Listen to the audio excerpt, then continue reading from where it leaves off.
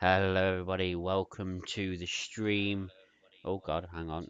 I can hear myself through my tablet. Sorry about that. Welcome to the stream. Hope you're doing well. I haven't done a stream for a while, so I thought I'd just do. Oh, hang on. Camera's froze. I've been having issues with the camera. Uh, hang on a minute.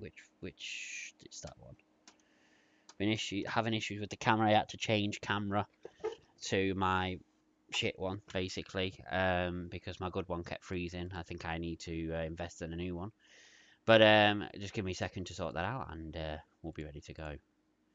There we go. We're ready to go. Sorry about that. So yeah, I haven't done a stream for a while, so I thought we'd just do a bit of a catch-up stream. A lot's happened in the sort of the last month or so. Um, you know, it's been a bit of a busy month in terms of well, lots of different things, and we're going to get into them one by one. Um, Hang on. There we go. There we are. Yeah, I'm looking forward to having a bit of a catch up here with you all. Feel free to get in the comments on Twitch or on YouTube, and ask any questions you want to ask about the topics that we're going to be talking about. And I say we, of course. My co-host for a lot of my streams is here, Professor Wigglytuff, my main mod from Twitch. And he's also a mod on YouTube, but he's more of a mod on Twitch than anything else. He's here, and we're going to be talking about some topics. And I'll just pass you over to Professor Wigglytuff so he can introduce himself.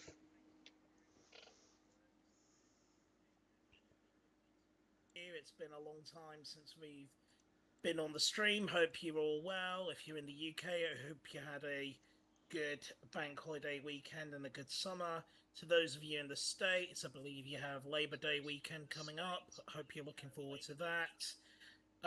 Yeah, it's been a busy summer. Hey, For me personally, how we'll you talk about doing? that as we go along later on in the stream. But it's been a very busy summer in terms of if you're a big sports fan. Obviously, we had the football, we had the Olympics, yeah, Wimbledon, whatever floats your boat, really. Um, there's been a lot going on in the news, as we know, and yeah, it's and another heat wave as well. But we've got a few more days left of August, and then we're into September. And I always say, once we get to the 1st of September, that for me feels like the end of the summer. And it feels like we're on the, to steal a WWE phrase, we're on the fast lane to Christmas and New Year. Um, most of the year's gone now. And, like I said, as soon as you know it, it'll be Christmas, it'll be New Year's Eve, New Year's Day, and we'll be looking to 2025, Mm, where there's going to be a lot happening in 2025, as I'm sure we'll discuss yes, a bit later. absolutely. But for now, I'll hand you back to you, Tom. Thanks very much. Also, Okay. good evening to Genetic ACGT, good friend of mine, a good supporter of Tom's stream and my stream, a good friend of mine from my college days. Welcome. Yeah, well, I was literally just about to say thank you for the follow, Genetic ACGT, and welcome to the stream. Much appreciated. But yeah, I mean, we've got quite a few things to talk about today, and one of the things I wasn't planning on talking about is something that I just want to touch on. I don't really want to talk overly about it because it's so sad, and we're talking about enough sad stuff today. So I just want to touch on it. It's something that my co-host just informed me of just before we went live. That apparently, well, not apparently, but over the weekend, Mariah Carey sadly lost her sister and mother apparently within the same day. Um, that losing your mum at any point in your life, devastating. Losing your sister, obviously, going to be devastating. But losing them both within the same day, I can't even imagine what she's feeling. All I can say is I send my condolences to her and her family. Um, I can't imagine what they're going through. You know, you lose one person, you're grieving for them, and then you lose somebody else. It's just you've not even had time to grieve for that for the person that passed away first, and then somebody else passes away. I just can't even imagine. So yeah, my condolences go to Mariah Carey and her family and friends. Such a devastating time for her, and I'll let you touch on it as well. Yeah, I mean, just to echo your thoughts, my condolences to Mariah Carey and her family. It's incredibly sad. As Tom will know, as my friend Genetic ACGT will know, but those of you listening may not know, it's been almost 5 years since I lost my mother, quite unexpected and tragic circumstances. And then about 2 years after that, my father passed away. So I know all too well the pain of bereavement, and especially of a very close family member. And the bereavement is significant enough with just one loss, but to lose both your mother and your sister sibling in the same day, that is just an incredible amount of trauma, and I can't begin to imagine what she is going through. As I said, even though I have had a similar experience, it's different for different people. And my condolences to her, and also my sympathies to anyone that's experienced bereavement. Whether recently or in the past. It's a difficult. It can be a very difficult time, and it can take a very long time. I don't want to say to get over it, because you never truly get over it. It's one of those things you learn to live with, you learn to deal with, and indeed, as they always say, the cliche, life goes on, and it gets to a point where you reflect on it, and you continue to live your life in a positive way to honor those that you loved and cared about, and honor their memories and their legacies. But yeah, my condolences to Mariah Carey. Someone I'm a fan of. Not a massive fan, but I like some of her songs, and I know in recent years she's become a bit of a meme because of her Christmas song. But I would argue to those who seem to label her as particularly within the wrestling community for some bizarre reason, where they label her as some sort of one-hit wonder. Uh, you Couldn't be know, further from the truth. she's I believe she's the biggest selling female artist of all time. She certainly has the most US number ones of any female artist. She's certainly one of the biggest selling of all time. So she's far beyond a one-hit wonder. And an Academy Award recipient as well, I believe, for her song from the Prince of. I don't know if it directly went to her, but a duet that she did with the late great Whitney Houston, R.I.P. From one of my favorite animated films, The Prince of Egypt. So yeah, incredibly sad news about Mariah Carey's mother and sister. Yeah, it is indeed. Genetic says my condolences as well. Thank you very much for that.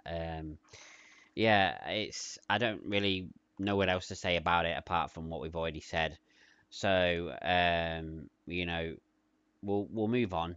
Unfortunately, we've got a fair few sad things to talk about today because, to be honest, over the last month, a fair few sad things have happened or come out, and it's unfortunately, you know, that's what there is going to be some happy stuff on the stream.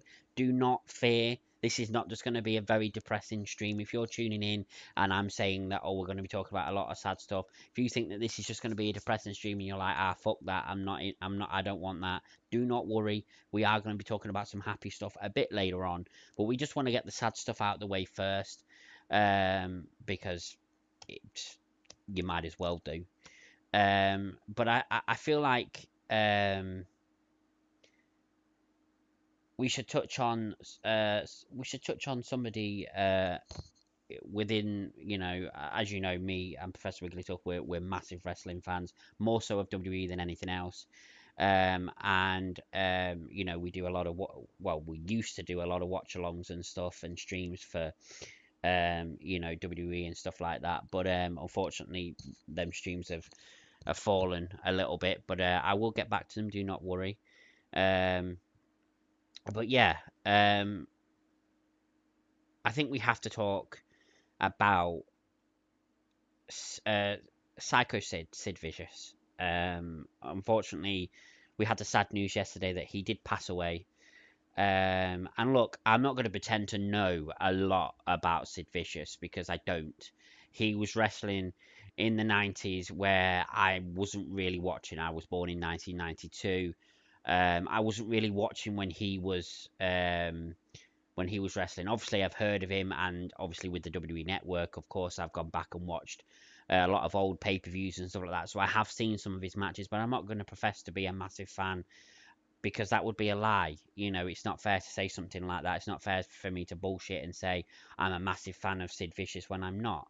You know, not because I've got anything against him. It's just because he was around in a time when I wasn't really watching wrestling. But it is still very, very sad news. I mean, you know, um, you know, he seemed very, very well liked. Let's put it that way. From what his WWE tribute said in that video package, you know, he was known for his stuff inside the ring, but also his stuff outside of the ring. He was you know a good friend. I love you know a loving father, husband. You know, he just seemed like he was very well liked, and it's very sad. You know, but that's the thing, you know, as you know, as you get older, like myself, as I get older, you know, these legends are going to start passing away, and you know, it is really, really sad. Yeah, uh, I don't know what else to really say about it apart from that it is really sad. Of course, you know, a lot of people may know because they may have seen the video. They might not know a lot about Sid Vicious, but um, yeah, a lot of you may not really know a lot about Sid Vicious, but you will have seen the video of this and know this. But of course, Sid Vicious, um,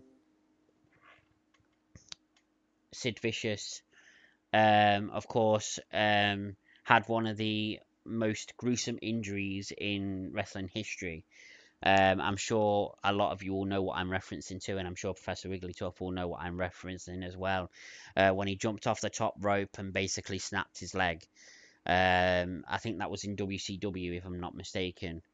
Um, very, very gruesome injury, and it's you know that is to me hands down the most gruesome injury I've ever seen within a wrestling ring, apart from when obviously people pass away. Um, you know that is without a doubt probably the most gruesome injury I've seen. But yeah, I'll pass it on to Professor Wigglytuff. He probably has more memories of Sid Vicious than I do. Sure, thank you, Tom. Hang on a minute, hang on a minute. Slinky Dog, thank you for tuning in. He says was a horrible injury, but also sad news with his passing. Yes, very sad. Thank you for popping in the stream. Anyway, sorry, go on. Yeah, yes, welcome, Slinky Dog. Thank you for joining us. Yeah, I'll admit I was very sad to hear about Sid passing. You know, his real name's Sid Ud. Um, Interestingly, I was actually talking about this with none other than Vince Russo on his stream just a couple of hours ago. And, you know, the overwhelming feeling about Sid was that he was a consummate professional. He was often described as a true gentleman of wrestling. You know, he never really complained. He would always do the job, even if he came out of it looking, you know, silly. To think of some silly moments, one of my favourite memories of him was when he was involved in that bizarre angle where Robocop came out to save Sting, which I think anyone involved in that probably thought, you know, what the fuck was going on here? Excuse my language. There's also an interesting couple of segments where he wasn't always the best on the mic. I don't know. There's a really infamous one where he starts doing a promo with Mean Gene Okerlund, and then halfway through he says, "Can we start again?" And Mean Gene Oh goes, yeah, "No, oh, yeah, I know we're about live, we're live, brother." And he goes, "Oh shit." That was hilarious. And then where he completely messed up his lines, and he ended up saying something along the brains. sorry, not brains. I'm messing up my lines. He said something to in response to. So basically, it was a feud between him and Kevin Nash and Scott Hall, and they would come out, dressing up as Sid, with big bushy eyebrows and a blonde wig and the vest. And then he said something along the brains. I messed up my lines again. Sorry. He said something along the lines of, "I may only have half the brain that you have." And you can see the point where Kevin Nash and Scott Hall just break kayfabe and just start shit pissing their pants laughing. It was the most hilarious thing ever. If you get to watch it, do watch it. It was absolutely hilarious. But and one other point that I actually made on Vince Russo's stream, and again, a bit of a trigger warning here, when he was asked to drop the WCW title to Chris Benoit the night before Benoit, Guerrero, Malenko, and Perry Saturn walked out on the company, it was a last-ditch attempt by WCW to keep him in the company. It's things like that, where Sid left his ego at the door. He was more than happy to do the job when a lot of big guys like Sid, he was 6'9", would probably have been disgusted at the idea of having to drop the belt to someone more than a foot shorter than him. Certainly, Kevin Nash hasn't had many complimentary things to say about shorter wrestlers over time, but Sid was a professional, and yeah, he's not going to be remembered amongst the top 10 greatest or the top 20. He didn't have many iconic moments, even though he was a two-time WWE champion. He beat Shawn Michaels and Bret Hart for the title. A multiple WCW champion. Headlined a WrestleMania. He's not going to be, I'm going to be honest there. He's not going to be remembered as one of the true iconic greats. But he was in the right place at the right time. He played the big guy role well. And as I said to Vince Russo, and I said to others on my social media, for me, one of my favourite memories of him was his final run in WCW, notwithstanding that gruesome injury.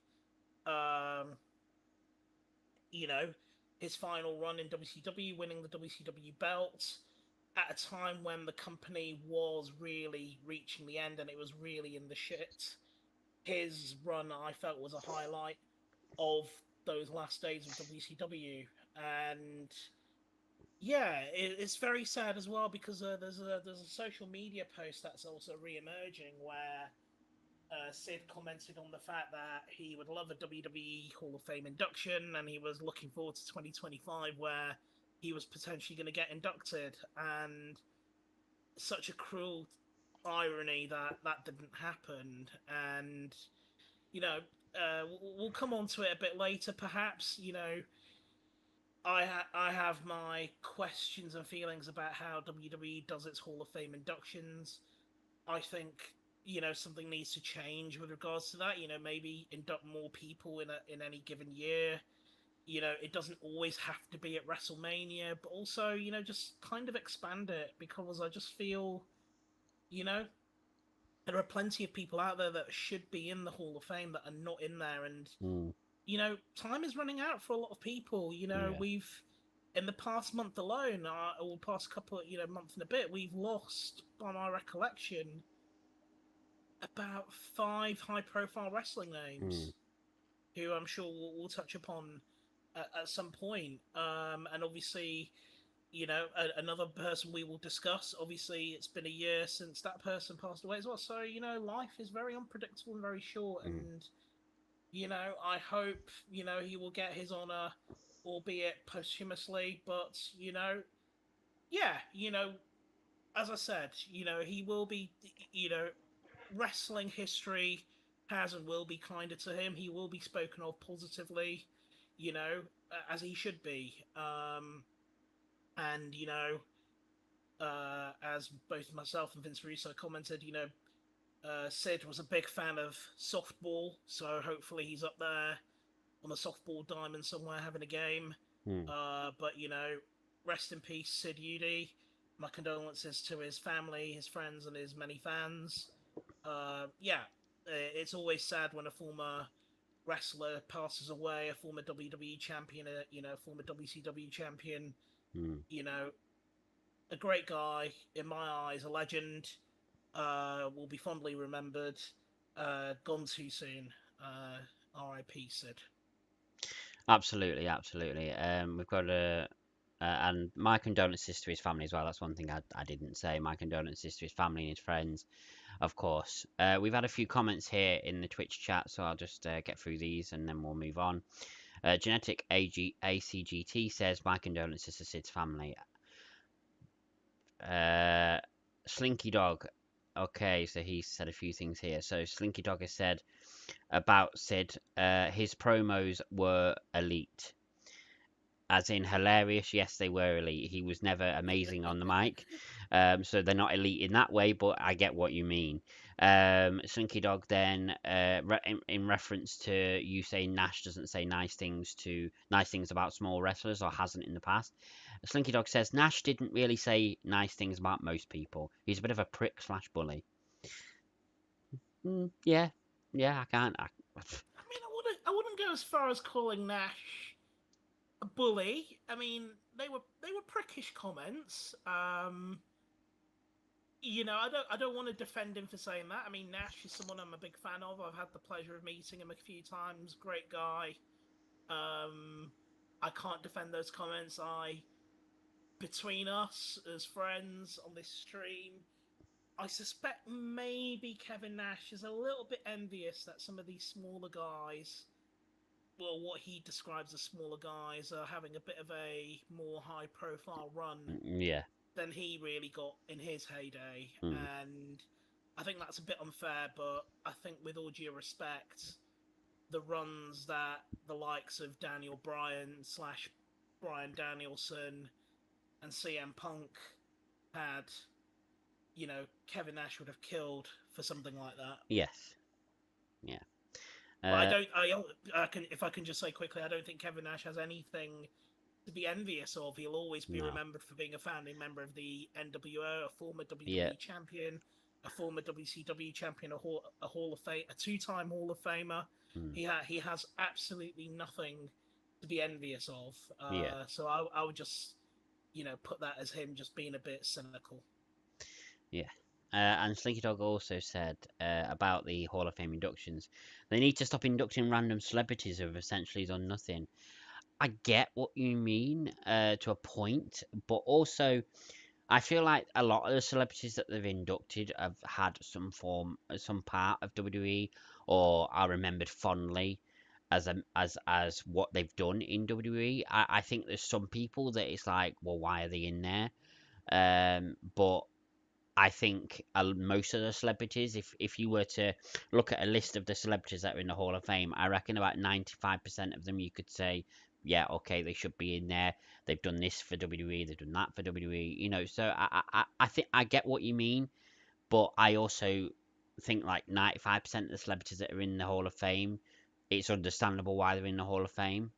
So yeah, that's all I'll say on that. Yeah, I have to agree with you there, Tom. I think Slinky Dog, forgive me if I'm misinterpreting what you're saying here. I'm trying to, if I can maybe phrase it in a different way. I guess what you're trying to say is you would rather they had inducted some of these former champions, like, for example, Sid, hmm, above and beyond or before inducting these celebrities. And I get that. And if truth be told, I do feel a little bit frustrated that Sid passed away and he didn't get his Hall of Fame induction. That would have been like the final act, to cap off his career completely. And the fact that there are people in there who, without naming names, who got in there before he did, it is disappointing. In terms of celebrities, I mean, yeah, I have to agree, each of the celebrities are in there for a reason that connects them with the WWE or wrestling. I mean, if we look at the most recent celebrity that was inducted, Muhammad Ali, who, as we know, absolutely should be in there. was he should have been in there much Yeah. earlier when he was alive. He was the referee at the first WrestleMania.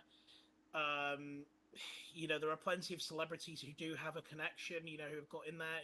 Ozzy Osbourne, I believe, guest hosted Raw a few times, and he Mm. performed, and they've used his music. I'm trying to think of other celebrities off the top of my head. Arnold Schwarzenegger, and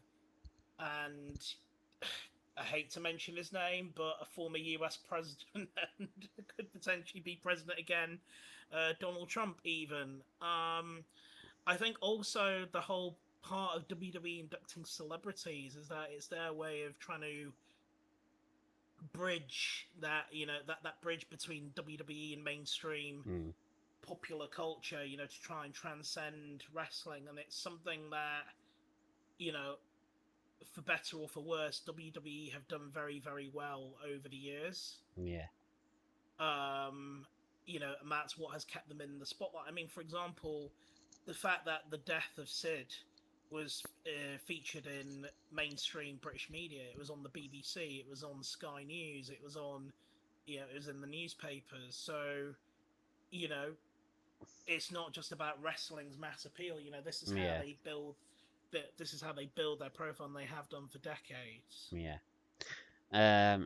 So Slinky Dog has put another comment in. He says, maybe they have done more than I have seen. I may have just missed some things from behind the scenes or bringing in extra fans, etc. I mean, look, you can only go off what you've seen, I suppose. And I don't know how old you are, Slinky Dog. I don't know how long you've been watching WWE for. Um, but let's just say you've not been watching that long, or you've only started watching like 10 years ago. You're not going to know what a lot of these celebrities have done unless you do your research. You know what I mean? You're not going to know.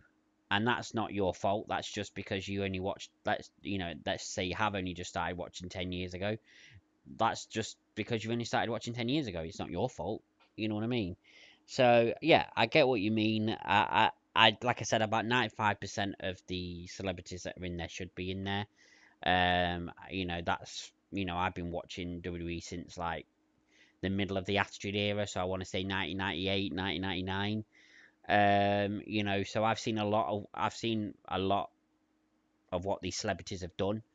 And I think 95% of them are worthy. I think maybe some of them should be taken out because of certain things that they've done, but hey ho. Um, and actually, interestingly enough, that's sort of a brilliant segue into what Genetic ACGT has said. He said, I do think Mike Tyson should be removed from the Hall of Fame. Correct me if I'm wrong, but isn't he in the Hall of Fame? He is in the Hall of Fame. Um, should he be removed? I mean, literally, I just said that some people should be removed, and of course, a lot of people will know exactly what Mike Tyson has been accused of. I can't remember if he was found guilty of, but I know he was definitely accused of. It's not good. Um, I'll jump in there and I'll say Mike Tyson was indeed convicted, and he went to jail for rape. well, there you go. There you go. And obviously his involvement with the WWE, and then his induction came years after he was released from prison. Now, on the one hand, one can argue that he paid his dues to society, and everyone is entitled to a chance to reform and get on with their lives. And certainly in the US, he is still seen as a major celebrity. He appears on numerous talk shows. He is still very much celebrated. Now, from a UK perspective, due to a change in the law some years ago, he is no longer able to enter the country due to his conviction. Now, personally, and this is my personal view, whilst I am a believer in the justice system, and that if people serve their time, they are entitled to get on with their lives. They are entitled to a second shot at life. I do feel that given the gravity of what he was convicted over, it is difficult to celebrate him and Yeah. his legacy. It is difficult to do that without it triggering those feelings of, you know, disgust. And I'm not here to debate the ins and outs of whether or not he was really guilty or the justice system or anything like that. The fact remains he was convicted of rape, um, and that's what happened. We could go beyond that, and there are plenty of people in that Hall of Fame who, in retrospect, shouldn't even be there. Jimmy Snooker, for example. And forgive me if I'm discussing stuff that might be a bit sensitive. Obviously, one of the things that we pride ourselves, with Tom's stream and my stream, nothing is off limits. As long as there's a context as to why we're discussing it. Those of you will know that Jimmy Snooker, towards the end of his life, was accused of a very, very, very, very despicable crime and was set to stand trial. And the evidence was overwhelmingly against him. But due to the fact that his health deteriorated very rapidly, he was deemed not fit to stand trial, and he passed away without justice being served. There have been many calls for him to be removed from the Hall of Fame, but as it stands, he's still in there. Hulk Hogan, somebody we will touch upon a bit later because I would like to discuss some of his recent misdemeanors. Again, we will discuss that in detail later, but somebody who was, for a brief period, removed from the Hall of Fame before being put back in. You know, Tom, Genetic ACGT, how much there's no love lost for Hulk Hogan on my end.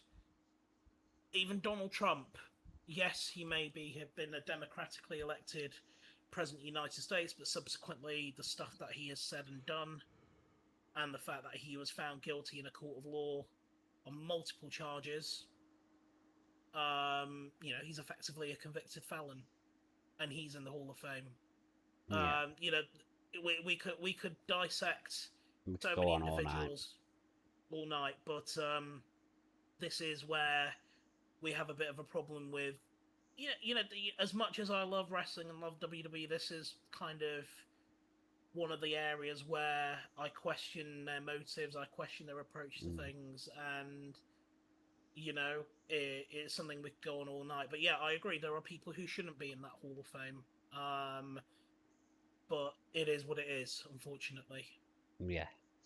Okay, so there is no more comments, so we can get on to discussing the next thing now.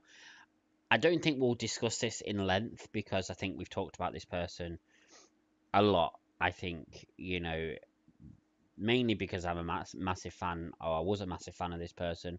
Since day one of them being in WWE, I was a massive fan and was a massive fan until the day he passed away. And it was the 1 year anniversary of Bray Wyatt's death the other day. And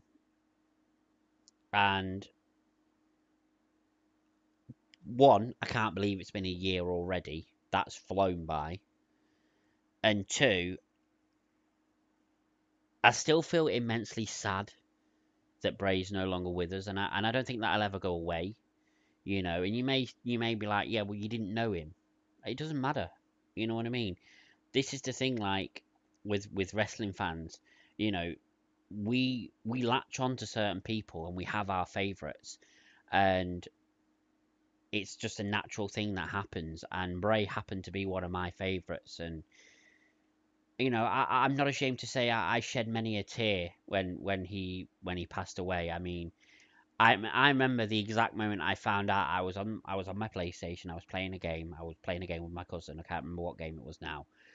And whatever game we were playing, I literally just dropped my controller. And my cousin's a wrestling fan as well. And I was like, Mark, that's his name. I was like, Mark, and he was like, what? I was like, Bray Wyatt's passed away, and he was like, shit, no way. So then he stopped playing whatever we were playing, and then we were both on our phones looking to see if we'd get any detail about what has happened because we were both so shocked. And then we went back to playing whatever we were playing, but I couldn't concentrate for the rest of the night then. And then as soon as I stopped speaking to Mark, I broke down, and I'm not ashamed to say that I did. And it was just such a shock. I didn't expect it. I mean, we were only getting rumors a couple of weeks before that he passed away that he was going to be making his return soon, and then all of a sudden he's gone. It was just something that I don't think any of us was expecting, and he's still very much missed, and Bo Bo Dallas, Taylor Rotunda is doing his brother absolutely proud. His brother will be looking down at him and will be so proud of what he's doing. And we still miss you, Bray, and you'll never be forgotten. Do you want to say anything? Yeah, sure. I mean, yeah, it was incredibly sad. I'm not gonna lie and say that I was a massive Bray Wyatt fan. I wasn't. It was nothing against his in-ring ability or his character or anything. There are just some people I am not as big a fan of as others might be. Another example would be someone like Becky Lynch, CM Punk. Not that I have anything against them. I'm just not as big a fan as say others might be. It's an incredibly sad set of circumstances. I mean, the man. I mean, first and foremost, he was very young, and he had a young family as well. Left behind a partner and very young kids, and after a lengthy period of time away from the WWE, and then he came back. Obviously, came back to the company, and then due to unfortunate health issues, had to take some time out. And then obviously this tragic set of circumstances, and it's just so unfortunate that somebody who had so much still to give to wrestling, to the world, his life was cut tragically short, and it's still to this day very strange to have to talk about him in the past tense when just over a year ago he was still with us. And even in the it might have seemed like it was a brief period of time that he was with us. He was actually for the best part of 10 years in the WWE.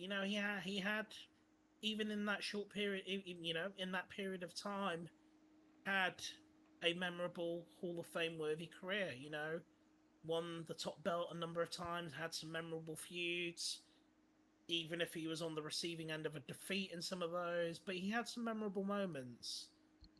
And, a lot of people spoke about him in the way of his character, the supernatural, mystique about his character. He was often seen as the sort of heir apparent to the likes of The Undertaker and Kane and Sting, to assume that man. And I think also there was that moment, with The Undertaker whispering something to Bray Wyatt, if you remember, on that episode of, I think was it Raw or SmackDown.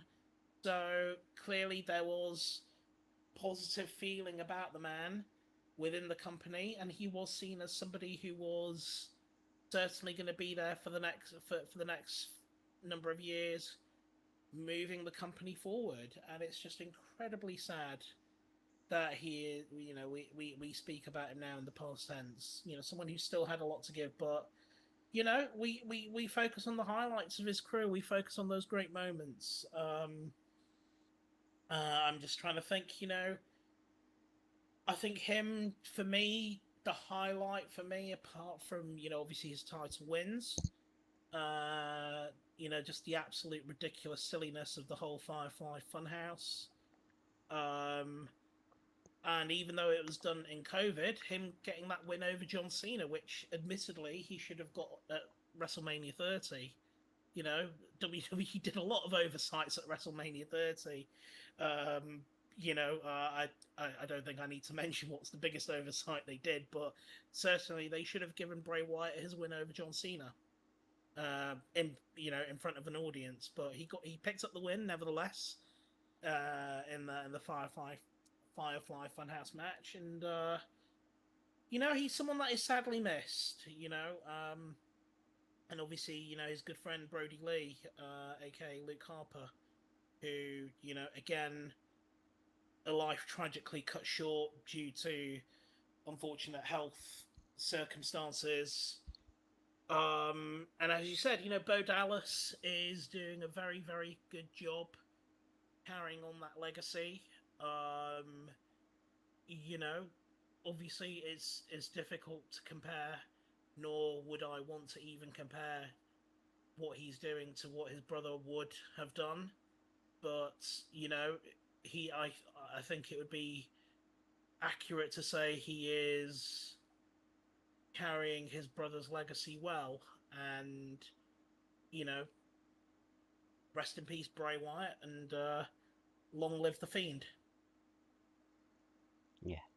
Um, yeah. I don't really need to say anything else. I feel like I've said everything I need to say about that. But I felt like it was important to touch on it because it literally was a couple of days ago. It was a 1 year anniversary. I wouldn't have felt right doing this stream without mentioning it. Anyway, moving on. We're getting to sort of towards the end of the sad stuff. We've still got a Well, I few. thought if we could maybe, I don't know if you were going to touch upon it, but I just wanted to quickly mention three other wrestling deaths that have happened in the last month and a bit. Obviously, as you'll be aware, there was both the father and uncle of Roman Reigns, Afro and the CK, Wild Samoans, yeah. and also one figure whom a lot of you may not know, but those of you of a certain era who might follow WCW will be aware of, which was, of course, Kevin Sullivan, Well, who passed away yeah, just a yeah, sorry.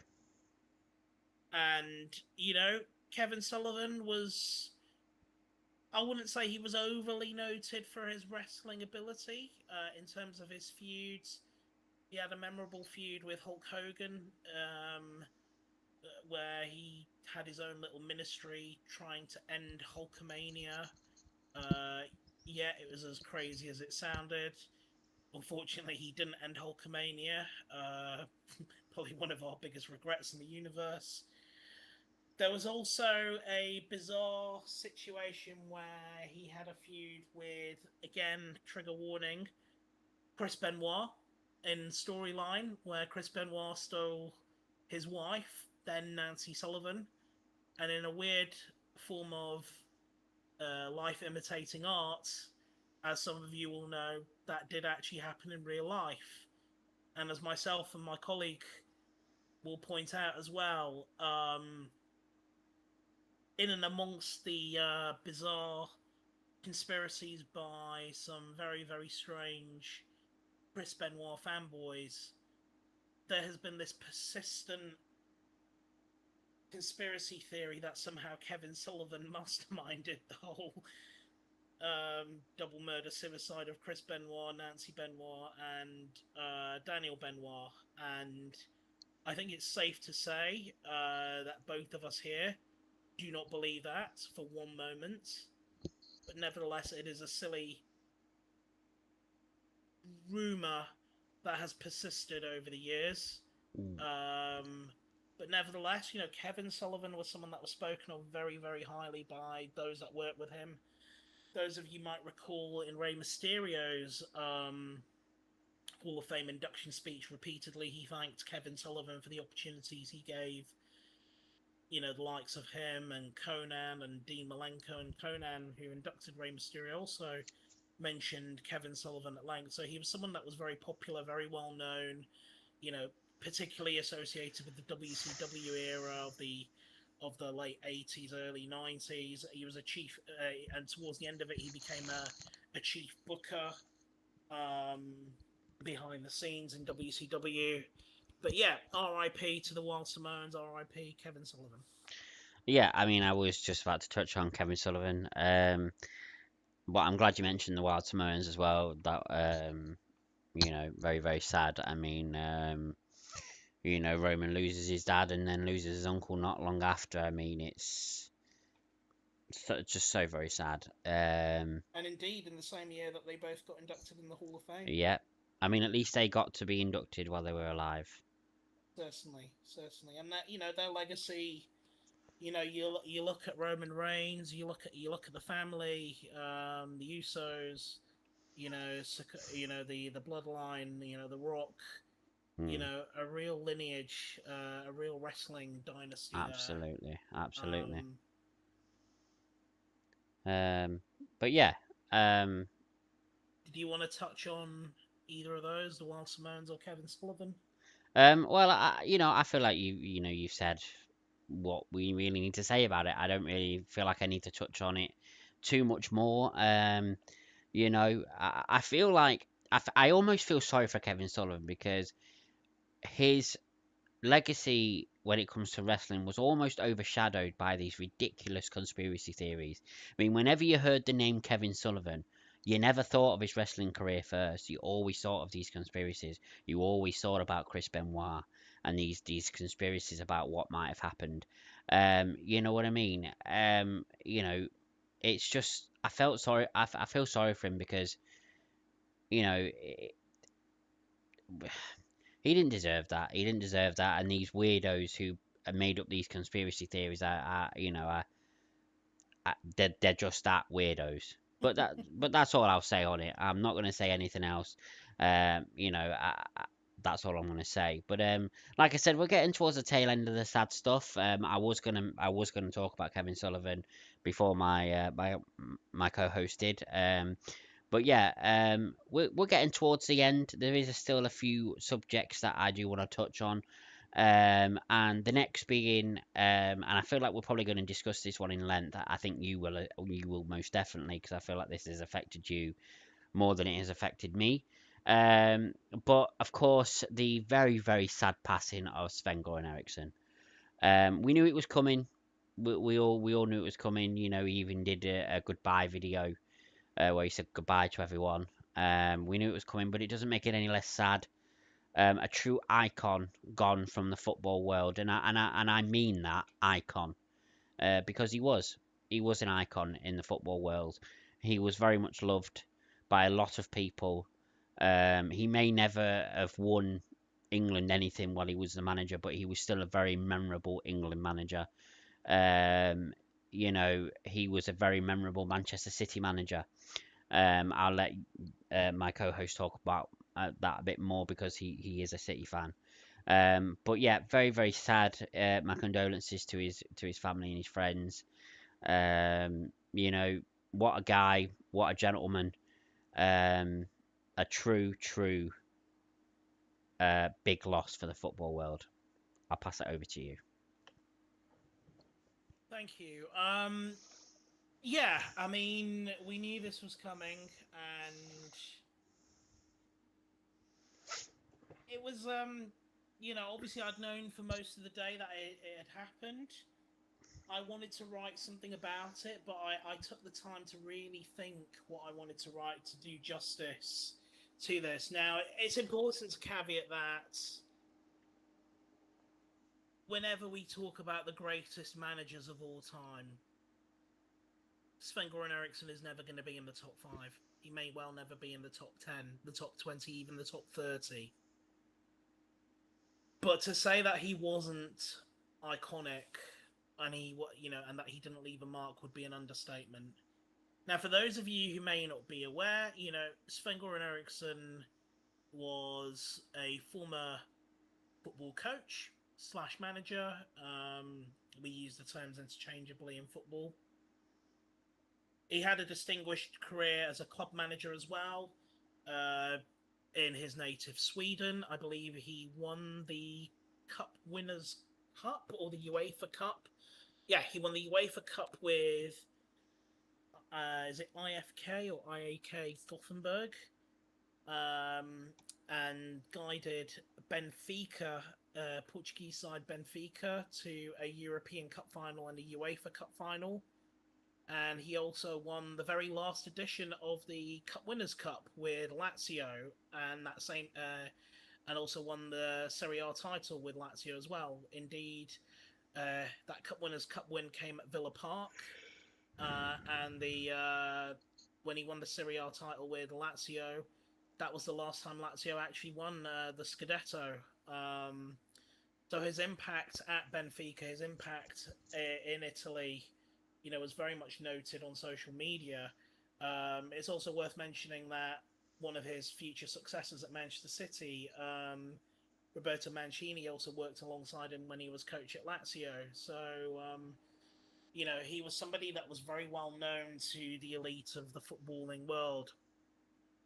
I wrote a very lengthy piece on social media about my thoughts and reflections on Sven-Goran Eriksson, and I'm happy to post a link here after this, for those that might want to read it.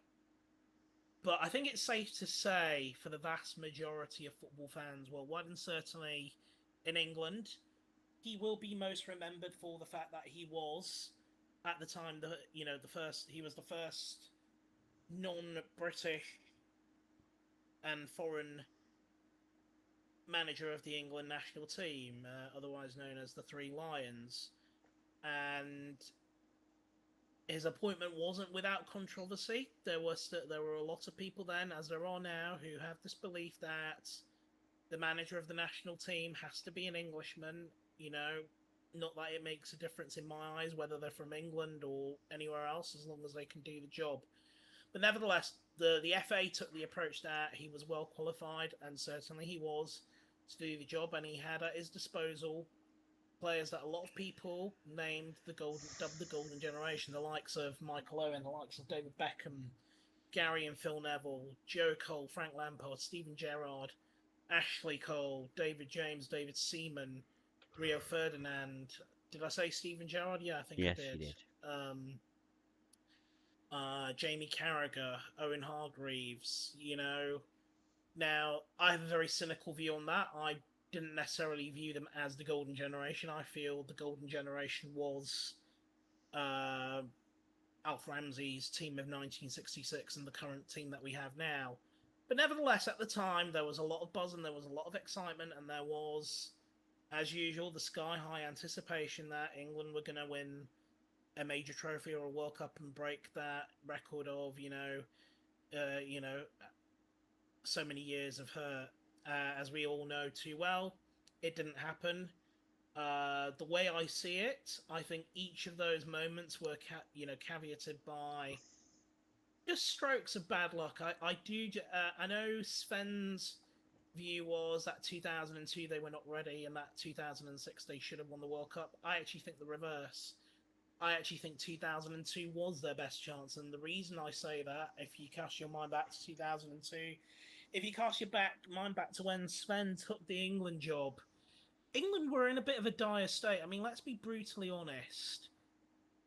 You look at the period between 1990 and 2006. 1990, we got to the semi-finals of the World Cup. We didn't qualify for the 1994 FIFA World Cup. We flopped at the Euros in 1992. We hosted Euro 96. We did well. We got to the semi-final. We were unlucky on penalties. France 98. I don't think we played particularly well. We went out on penalties to Argentina. Euro 2000, we absolutely flopped. And then we got beaten in our final game at the old Wembley Stadium by Germany. Kevin Keegan infamously resigned in the toilet, wrote his resignation speech in a toilet. England were a bit down in the dumps. And, as I said in my little piece, whilst Eriksson didn't win a major trophy, what he did was he re-established England as an elite team, a team that was expected to at least reach the latter stages of a major competition. And in fairness, that is something that is very, very tricky to do, if you think about it. Not many of the top sides do that. I mean, if you take, for example, the Netherlands, who haven't consistently qualified for major tournaments until recently. They missed out on a couple of World Cups. I mean, and the European Championship. I can't remember off the top of my head which ones. But, Belgium, only up until recently, started qualifying for major tournaments again when they went on a lengthy period of being there consistently. Then they were absent. And, I think he took us to a all-time high ranking of about 4 at the time. So, success doesn't always have to be measured by winning trophies. It's about making an improvement, leaving the team in a better place. And I think he did that. There were obviously some dubious things that he did, like for example, consistently playing David Beckham when there were times he was off form, taking Theo Walcott to the 2006 World Cup and not playing him when he left behind strikers that could have scored goals like Darren Bent or Jermaine Defoe. And, as I also said, no discussion, and I'm not going to touch upon it in detail, but no discussion about Sven-Goran Eriksson's legacy can happen without even mentioning his turbulent private life. Whether it was his many affairs, whether it was the whole fake shake business that ultimately led him to leaving the England job after the 2006 World Cup. But the man, he was a charismatic individual, I think it's safe to say. I'm happy to pause there for the moment if you want to add anything before I do the second part of my tribute. I don't really have much else to say. I feel like I've said enough to be honest. You continue. Go on. Sure, thank you. He had a very well travelled career from places like China to coaching the Ivory Coast national team, Cote d'Ivoire, the Mexican national team in the Philippines. He coached club football in China, as I mentioned, in Portugal, in Sweden. But of course, oh yeah, and also he had a stint at Leicester City and also as a director of football at Notts County. But of course, for me on a personal level, as well as an England fan and a Manchester City fan, he famously took the reins at Manchester City for the 2007-2008 season, following a takeover by the then former Prime Minister of Thailand, which at the time was a very high-profile takeover, only to be dwarfed by another high-profile takeover the following season.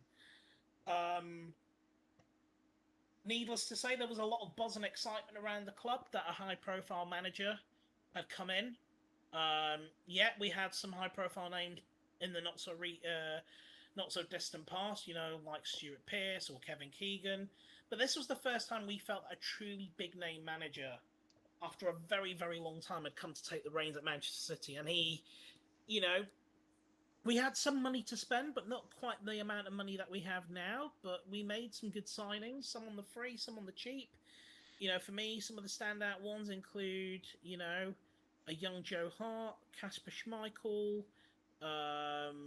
Giovanni, Elano, Darius Vassell, Michael Ball. And, that first half of the season, there was a real buzz. We were doing well, we were setting the pace, and there was real talk of, a potential top four finish, or even City maybe winning a cup. At that point in time, they hadn't won a trophy in 32 years. But then we suffered some defeats in the League Cup and a bizarre situation where City conceded an own goal because the football deflected from a balloon against Sheffield United in the third round of the FA Cup. The second half of the season didn't go according to plan. We only picked up 5 wins in the 2008 half of the 2007-2008 season, culminating with an end-of-day 8-1 defeat at Middlesbrough. Stories about that usually point towards the players going on strike because they were aware of the fact that Sven was going to get the sack imminently, as he did. Some will argue that he was sacked because of the poor results in the second half of the season. I can understand that bit, but I think it was more to do with the fact that shortly after the end of the season, due to some legal issues with the former Prime Minister of Thailand back in his homeland, the money was frozen, his assets were frozen, so that means City literally had no money left to spend. Sven was commanding a high wage bill, so they simply sacked him to get in someone cheaper, which was Mark Hughes. And it meant we had to have a bit of a fire sale selling players and trying to get some players on the cheap. One of the positives I'll point was the very well-disciplined style of counter-attacking football Sven got Manchester City playing. And That obviously, and that led to Man City to a top 10 finish. We finished ninth that season, lower than we would have hoped given the successful start to the season. But as a bonus, because of our disciplinary record, we qualified for the following season's UEFA Cup, which was also the final edition of the competition before it was rebranded the Europa League via what's called the Fair Play League, which now no longer exists. And it could be argued that if it wasn't for that top 10 finish and qualifying for Europe and the better position where Sven left the club, the Abu Dhabi group may have not been attracted to investing in Man City. So, if anything, though we didn't win a trophy that season, Sven left the club in a far better place in which he found it. And I always speak very, very highly of Sven-Goran Eriksson's time at the club, and I rate him. I certainly rate him, whether people might find this far-fetched, amongst the top 5 greatest Man City managers of all time. But of course, the bit that I haven't mentioned, which is going to make you feel a little bit uneasy, was perhaps the most significant highlight of that season was Manchester City doing the double over Manchester United for the first time since 1969-1970 season, and winning at Old Trafford for the first time since 1974. So there was the first win at the what was then called the City of Manchester Stadium, thanks to a Giovanni stunner. I remember fondly watching that game in a sports bar in Tokyo. I was the only Man City fan there. You might have seen my picture on social media of me celebrating. What a feeling that was. That was just amazing. It was the early hours of the morning in Japan, but there I was in a bar in Tokyo celebrating Man City winning that first derby of the season and looking forward to the rest of the season and the possibility of maybe winning a trophy, maybe finishing in the top 4. There was then the return leg at Old Trafford, which, Tom, I'm sure you'll remember, coincided with the 50th anniversary of the Munich air disaster. It was a very emotional day. I remember 3 scarves were given to both sets of fans, to commemorate the occasion. The minute's silence was observed impeccably after repeated sort of appeals from both clubs, both sets of fans, to not interrupt the minute's silence and to be respectful. And, City took an early lead through Darius Vassell, and then by the end of the second half, in his debut game, Benjani scored a second goal, and we held on for the win. Michael Carrick scored very, very late on in the game, but we held on. And for the first time since the 1969-1970 season, Man City did the double over Manchester United, and, something that, Alex Ferguson didn't really experience a lot, and a lot of managers never get to say that they did the double over Alex Ferguson. But Sven-Goran Eriksson did. And for me, as a City fan, that was a great moment. It was a great moment because it kind of felt for me, after years of being in Manchester United shadow, and I know you guys ended up doing the Premier League and Champions League double that season, but it felt for the very first time, City were on the comeback trail. We finished in the top 10 and we qualified for Europe. There was so much to look forward to that next season. He was obviously sacked under awkward circumstances. He then went on to coach Mexico, Cote d'Ivoire, the Philippines, Leicester, and Notts County, and in China after that. But, fondly remembered by a lot of Man City fans. And apologies if I'm rambling on here, but I mean, a lot of those moments, I can remember where I was when I saw a lot of those key moments. So, such as the 5-1 victory we got against Germany. I remember watching that at home. I remember celebrating in my friend's living room when David Beckham scored that free kick that took us to the World Cup. I remember watching the quarterfinals against Portugal with my mum and dad, and my dad was just going on constantly the whole time. Oh yeah, they're gonna lose on penalties. They're not gonna score. And then I got annoyed at my dad at the end because he was right. And then I remember watching the game against the World Cup game against Portugal on a boiling hot day in Castlefield, on the big screen in Castlefield. for some bizarre reason, I was dressed all in black, which made it even worse on a hot day because it just absorbs the heat. Uh, and as I said, I was in Tokyo watching that game, and I was watching with a friend in Plymouth, the game at Old Trafford. A friend of mine that you've met, someone who I just randomly met in a street in Plymouth because I saw him wearing a Man City fan, and he's now someone who is a lifelong friend, and I'm now godfather to his daughter. Sorry, his son. I beg your pardon. My apologies for this rambling. I guess for me, Fenn's passing, one of my friends summed it up. It felt like a bit of our childhood or a bit of our teenage years gone. Like I said, we can remember where we were watching these games. Oh yeah, the 2002 World Cup. It was the morning after my final GCSE exams, and because it was in Japan, it started at around about 7:30 in the morning. I was half asleep whilst watching it, but then I sprung into life and Michael Owen scored. And then when Ronaldinho's free kick went in, I was like, oh no, oh no. And Sven didn't deserve that. He didn't deserve that. But it felt like a bit of my childhood and teenage years had gone. And as I said in my tribute as well, my mum, I don't know, for some reason, was always bizarrely fascinated by Sven. I think it was probably the notion of, you know, a Swedish manager managing the England side. I always used to tease my mum, joking, "Oh, the reason you're so interested in him is probably because you secretly fancy him." She'd be embarrassed by that, but you know. But the last thing I wanted to say before we move on and before you add your final bit, I want to share with you all a really happy memory of when I met Sven. I think I've told you this story before, Tom, but Hmm. basically, after the first home game that Sven coached, which was a friendly against Valencia, they did a fan rally at Albert Square, so outside Manchester Town Hall. There was like Thai musicians. They were giving out free Thai food. They were given coconuts to drink from, and all sorts of things. And I had with me my Man City shirt that I'd just bought from the shop. It was the new kit for the 2007-2008 season, and I was trying to, as he was coming off the stage, loads of us were like converging on Sven to get an autograph. Didn't get my autograph, so me and my friend like followed him to his car, which was like parked a few streets down behind the town hall. And again, there was a big crowd there, and people were like converging and everything. And I couldn't. And my friend was like, "Oh no, he's going, he's going, he's leaving."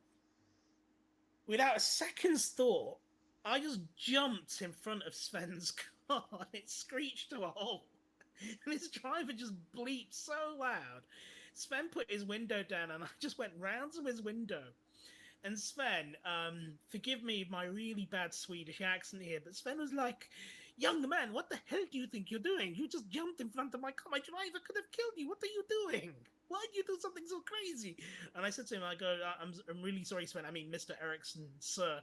I just really wanted to get your autograph." He goes, "Well, why didn't you just ask me for an autograph? Why do you have to do something crazy? You could have been killed. Look at me. I'm frightened for your life, you know."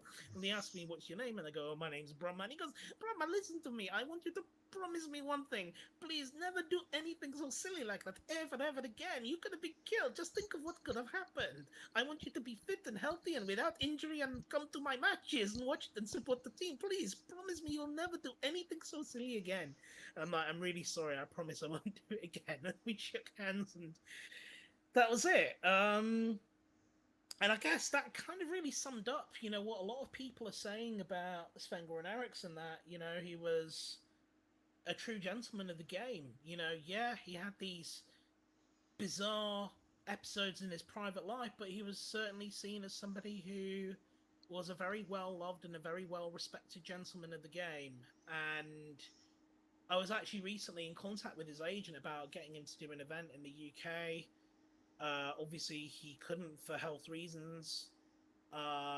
We were meant to be sending him something. Unfortunately, we didn't get the chance to do that, and I didn't get the chance to send my letter as well to him to tell him about that story and how much he meant to me and a lot of Man City fans. But I'm sure you'll agree with me when I say that he won't be remembered as one of the all-time great managers of world football, but his impact is immeasurable. in terms of, the great England managers, yeah, I would definitely put him in the top five, potentially even the top three in terms of his percentage win record. I think it goes without saying that we would put, I'm sure you agree, we would put Alf Ramsey at number one. I think, given that he took us to two finals and a World Cup semi-final, Southgate would have to be at number two. And then I think it's a toss-up at number three between Sven and Sir Bobby Robson. I think maybe Bobby Robson just about edges it out because of the fact he took us to a semi-final of a World Cup. But I think, yeah, definitely in terms of the top 10, top 5 England managers, Sven is up there. And yeah, it was a very desperately sad. It was a very, I won't say desperately sad. We knew it was coming, but it was a very sad day to hear that somebody whom we had both grown up with, we had, maybe admired and loathed in equal measure. I suppose you weren't so admirable of him when he was Man City manager, but somebody who undeniably left an impact both on the English game, the European game, and the global game. And I was saying this to a friend of mine who's an Everton fan. Someone who I could sum up in a very similar way, David Moyes. David Moyes may not have won many trophies in his career as a manager. I think, with the exception of the Conference League, maybe some First Division titles with Preston and a Charity Shield with you guys. But with the exception of his time at Manchester United, wherever he's managed elsewhere, he brought success to each of his teams in terms of leaving them in a better place. And I think that's what Sven did a lot of the time. Maybe not so much with the Mexican national side, maybe not so much with Cote d'Ivoire. But I think we would be, it would be foolish to say he didn't improve the England team in a way. I mean, after that, you had Steve McLaren, who was a complete flop, and then Fabio Capello as well, who, in my opinion, was a flop, and then Roy Hodgson, who was also a flop. So, in comparison, and then Sam Allardyce, just the one game. So compared to those four managers, Sven was far better than those four at what he did. And as I said, he put City on a path towards becoming the winning team that they are today. Now, you might argue cynically, City have had a lot of money to spend, but, there is no doubt that he made a valid contribution to the club. And, I'm forever grateful that he was with us for that one season. And, I enjoyed that one season. I had a great time supporting the team at that time. It was a fun time to be a City fan. There was so much hope. There was so much optimism. And whatever success we enjoy now, for me, he played a part in that. Even if it was just for the one season, he played a part in that. If we hadn't done what we did that season, the Abu Dhabi group may not have wanted to invest in the club. Yeah. And, look, rest in peace, Sven-Goran Eriksson. My condolences to his family, his friends, and his many fans, all over the world. And literally, his career went all over the world, pretty much over, 4 continents. A well-traveled man, a great, knowledgeable man of the game. And he'll be very much missed. And I hope to be at the next England game at Wembley, where they're going to pay tribute to him. And I assume at the next home game Man City will play at against Brentford in a couple of weeks, they'll pay tribute to him there. I'm not aware if there is a book of condolence, but if there is, I would probably go and sign it. Obviously I'll share the link with you if that is the case. But yeah, thank you for putting up with my long tribute. But he was a man that I greatly admired both on and off the pitch. One of the great, a great manager. And certainly he's part of that fabric of English football history and of Manchester City's history, and he will be remembered. Of course he will be remembered. And yes, whilst there were some controversies in his personal life, his achievements on the pitch will far overshadow all of that, and history has been and will be kinder to his legacy. Thank you. It's okay. It's okay. I assumed that when we got onto Sven, that you would have a fairly long tribute to pay to him, and that's absolutely fine. I mean, if I can just put a last touch on what you said there, um, he, I liked what you said about the fact that yeah, okay, he might not have had amazing success as a manager altogether in all the different teams he was at. I mean, he had some success, but he didn't have amazing success. But if you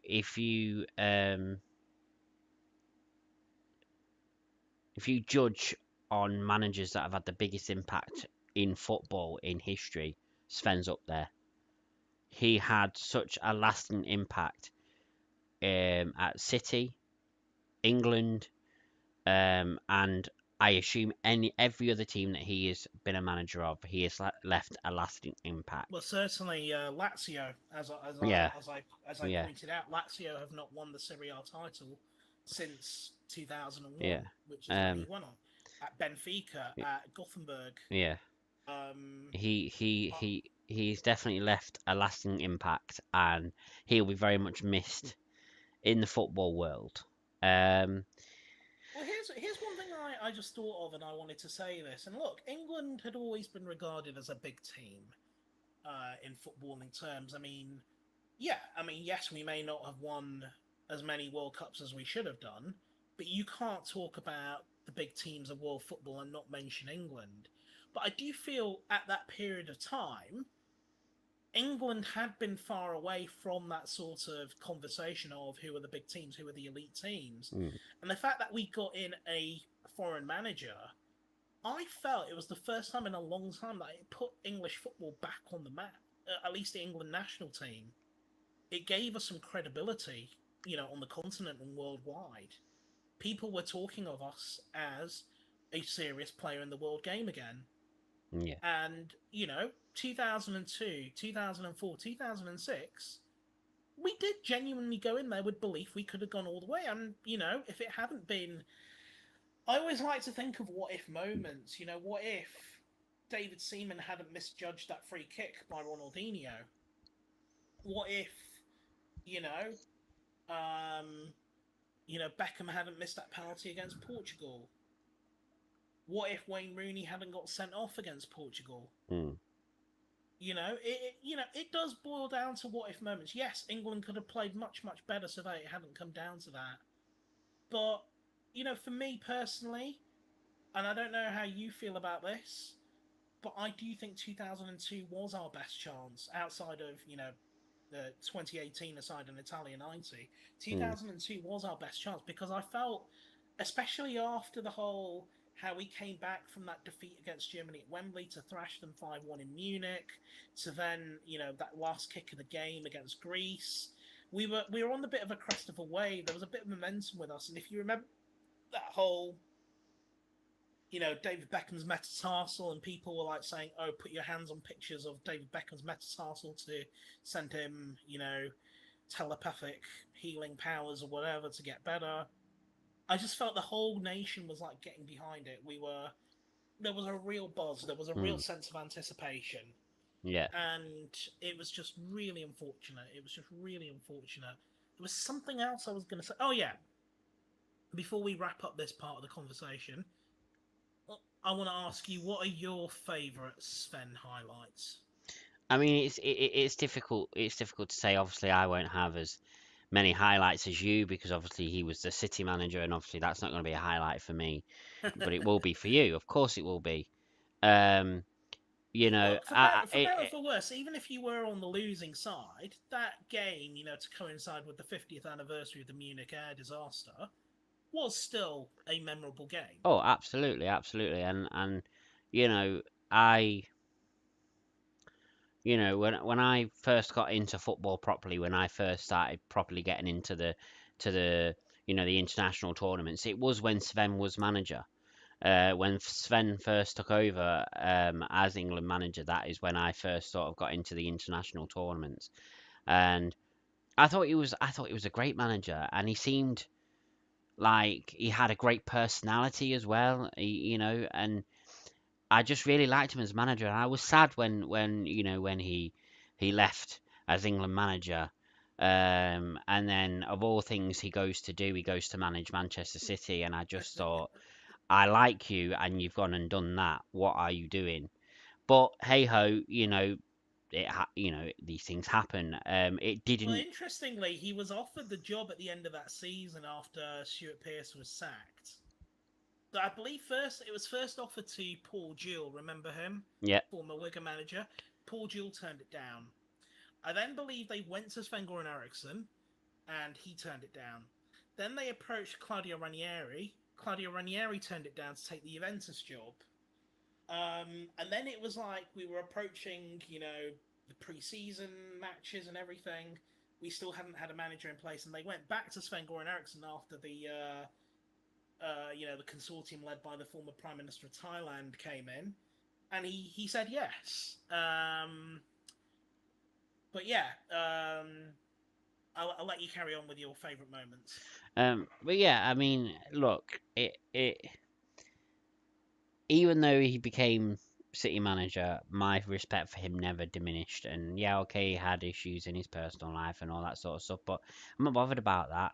I'm bothered about the impact that he made in football, a sport that I love, that you love.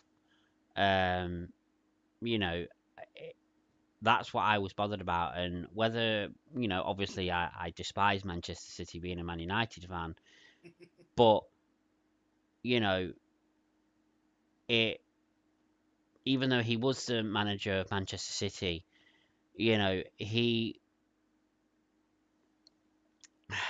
I'm trying to think of the right way to word this, but yes, he was the manager of Manchester City, but my respect never diminished for him.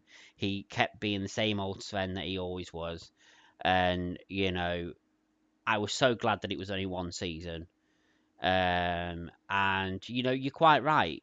Sven's impact at Manchester City is still being felt today. And I don't know whether for that reason, I don't know whether to love Sven or hate Sven. But I'm only joking. I could never hate him. But um, you know, yeah, that's all I really have to say. I mean, like I said at the start, my condolences to his family and his friends and all the fans around the world that are massively impacted by this, including yourself. Um, a great man, a great gentleman, and without a doubt will be sorely missed in the football world. I mean, if I can quickly give you my top 5 greatest Sven moments. So, at number 5, I would say it was the opening win against, I believe it was West Ham away. It was a fantastic performance, and it really set the pace. Number 4, I would say, um, number 4. Let me think. I would say against Denmark in the round of 16 at the 2002 World Cup. We had a good 3-0 win. Uh, we were really. No, no, no. Sorry. No, I'm not going to say Denmark. I'm going to say the 1-0 win against Argentina when David Beckham scored the penalty and we won that game. Not only exercised his own demons and our demons from France '98, but we scored a vital win against a pre-tournament favourite and one of the big hitters of world football. Number 3, I would say 2-2 against Greece. As you remember, David Beckham scoring that free kick that took us to the World Cup. Mm-hmm. We avoided a playoff against Ukraine. Now, the top 2 moments. Either you're going to like this or you're going to hate it. I'm going to keep you in suspense for a few moments. At number 2, 5-1 away to Germany. I just know what number 1 is. The hat trick, Michael Owen's hat trick, John Motson's legendary commentary on that. Oh. Can he make it? Can he make it 5? Yes, he can. Or or this just keeps getting better and better and better. And I remember John Motson reflecting on that. This one time he said about Sven came up behind him. Don't think dirty thoughts, but he came up behind him, whispering saying to him, "This just keeps getting better and better and better." And Motti turned around, and there was Sven. Yeah, that was a memorable moment. That, sent a lot of people sat up and took notice of the England team again at that point. And it was probably Emil Heskey's best moment in an England shirt when he got the 5th goal. And of course, that moment in Munich forever immortalised by Anton Deck in their legendary "On the Ball" song. If I'm sure you remember it. You might remember the video where Ants dresses up as Sven-Goran Eriksson to try and infiltrate the England camp.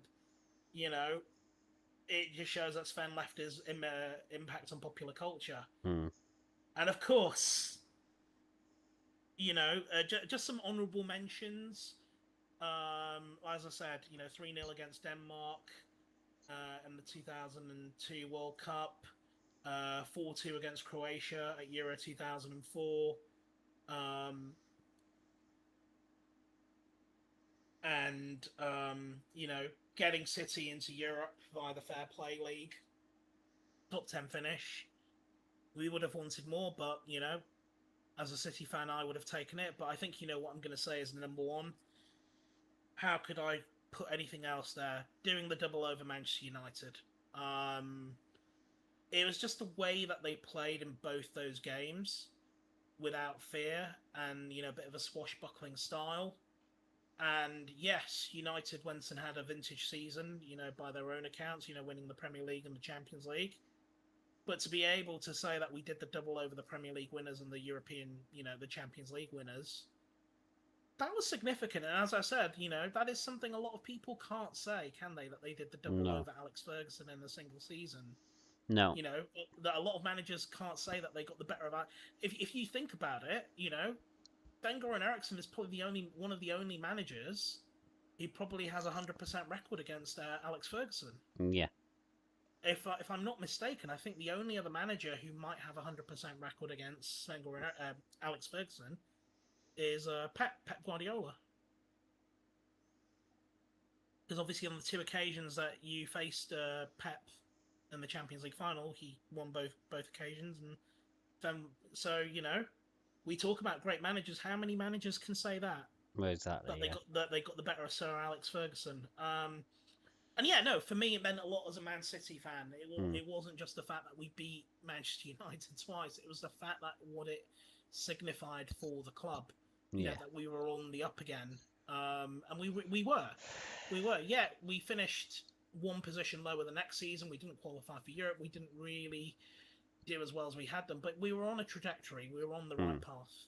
We were on the right path. And it gave us credibility again. And for me, it was personally a very memorable game. I'll send you clips of it later. But, it was memorable for all sorts of reasons. The emotion of the game as well. I think it was... I always knew about the significance of the Munich air disaster, and obviously that it affected Man City as well in so many ways.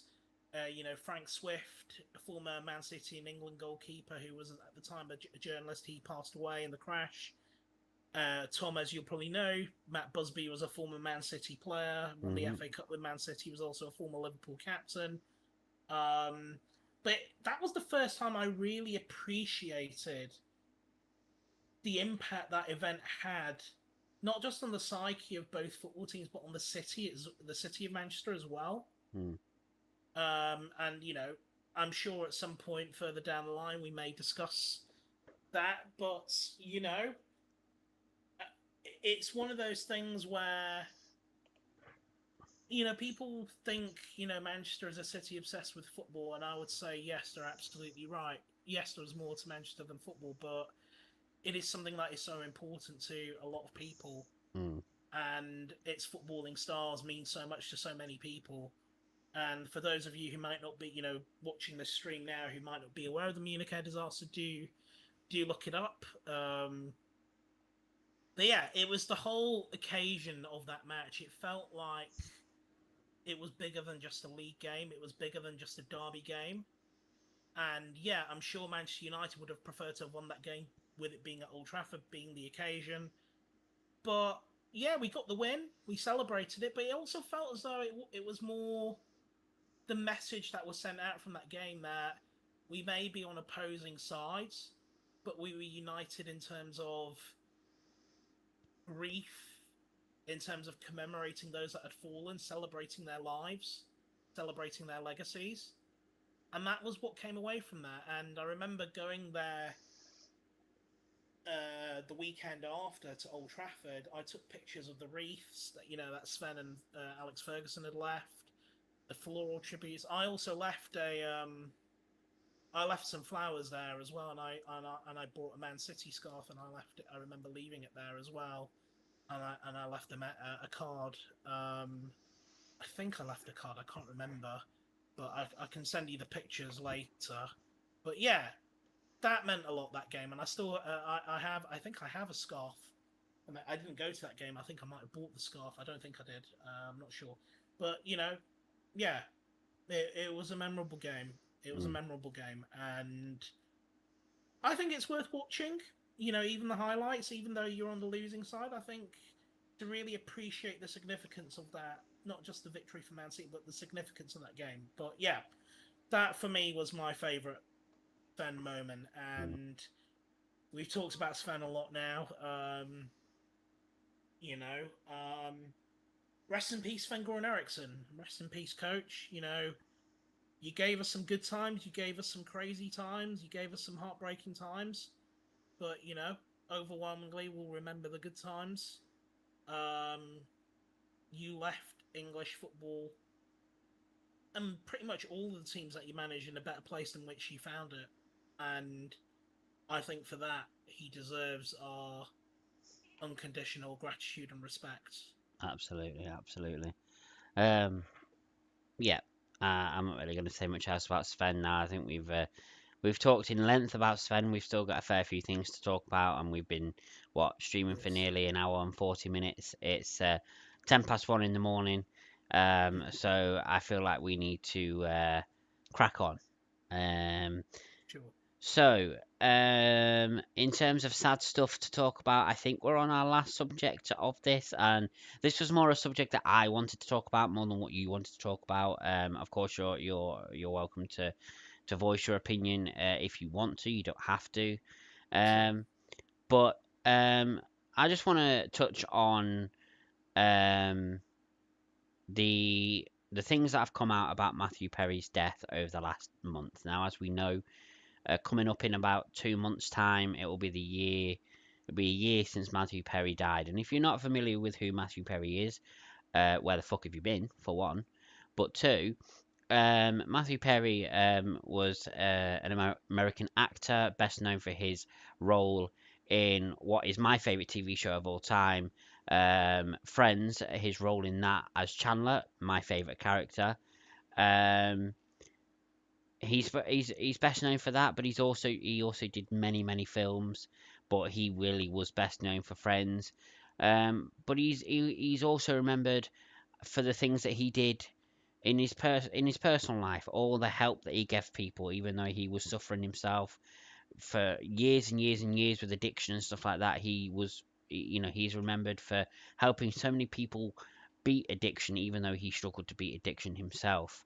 He will be remembered as one of the most selfless people you will ever meet. That's what a lot of people have said.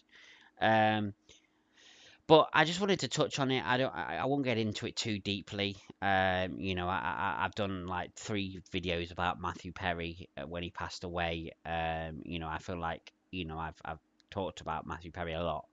But I do want to touch on it because it is quite shocking what has come out about Matthew Perry and his death. His death wasn't an accident. His death, basically, he what has happened and what has come out is that his personal assistant, along with 3 other people, one of them called the Ketamine Queen, um, basically was supplying Matthew with ketamine because he was an easy target because he was a former addict. He'd been sober for a while, but because he was vulnerable and he was a former addict, it was easy for him to fall into previous habits and his previous bad habits. Unfortunately, that is what happened. But the day he passed away, um, his his assistant, personal assistant, had been injecting Matthew quite a few times that day with ketamine, to the point where apparently when Matthew got in the hot tub, he was hooked up and high on ketamine, and sort of just below the sunk below the water and couldn't get back out of the water because of the effects of the ketamine. Um, these people have been charged. Well, I think a couple of them have anyway, not all of them yet, but I assume all of them will be charged. And it's just incredibly sad to know that his death was avoidable. Because until a month ago, we all thought it was unavoidable. We all thought it was just a tragic drowning accident, and that it was unavoidable. That nothing could have stopped it. But now to know that it could have been stopped if it was if these people were found out earlier, it's just even more heartbreaking to know. And he didn't deserve any of that. One of the nicest guys you'll ever meet. A lot of people said that. His close friends from Friends, the Friends cast, have said as such, as much. Sorry. It's just incredibly sad, and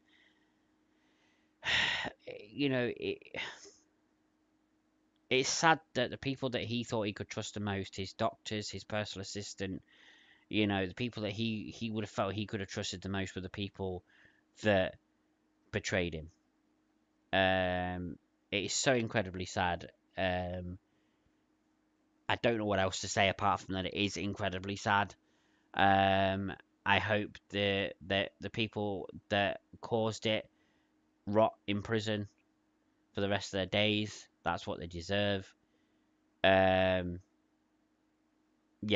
I don't know what else to say. You're free to comment if you would like to. You don't have to, but you are free to comment. No, I'm glad that you raise it, and first of all, again, as with the others, rest in peace, Matthew Perry, and again, best wishes to his family and friends and his many fans around the world. I heard this story when I was out in Paris, and hopefully we'll discuss that when we get to the happy section of our news, of our discussion.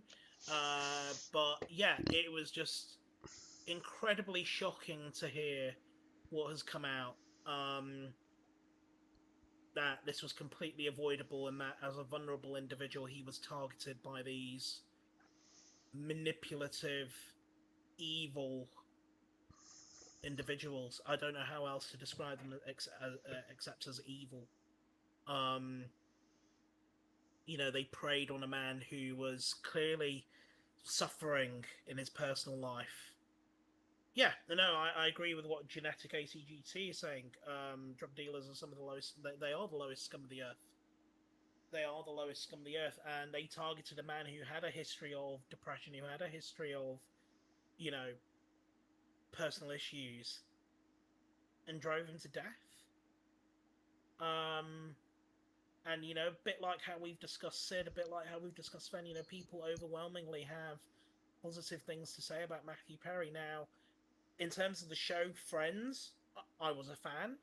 I wasn't a huge fan of it. I remember having this discussion with my sister just the other week.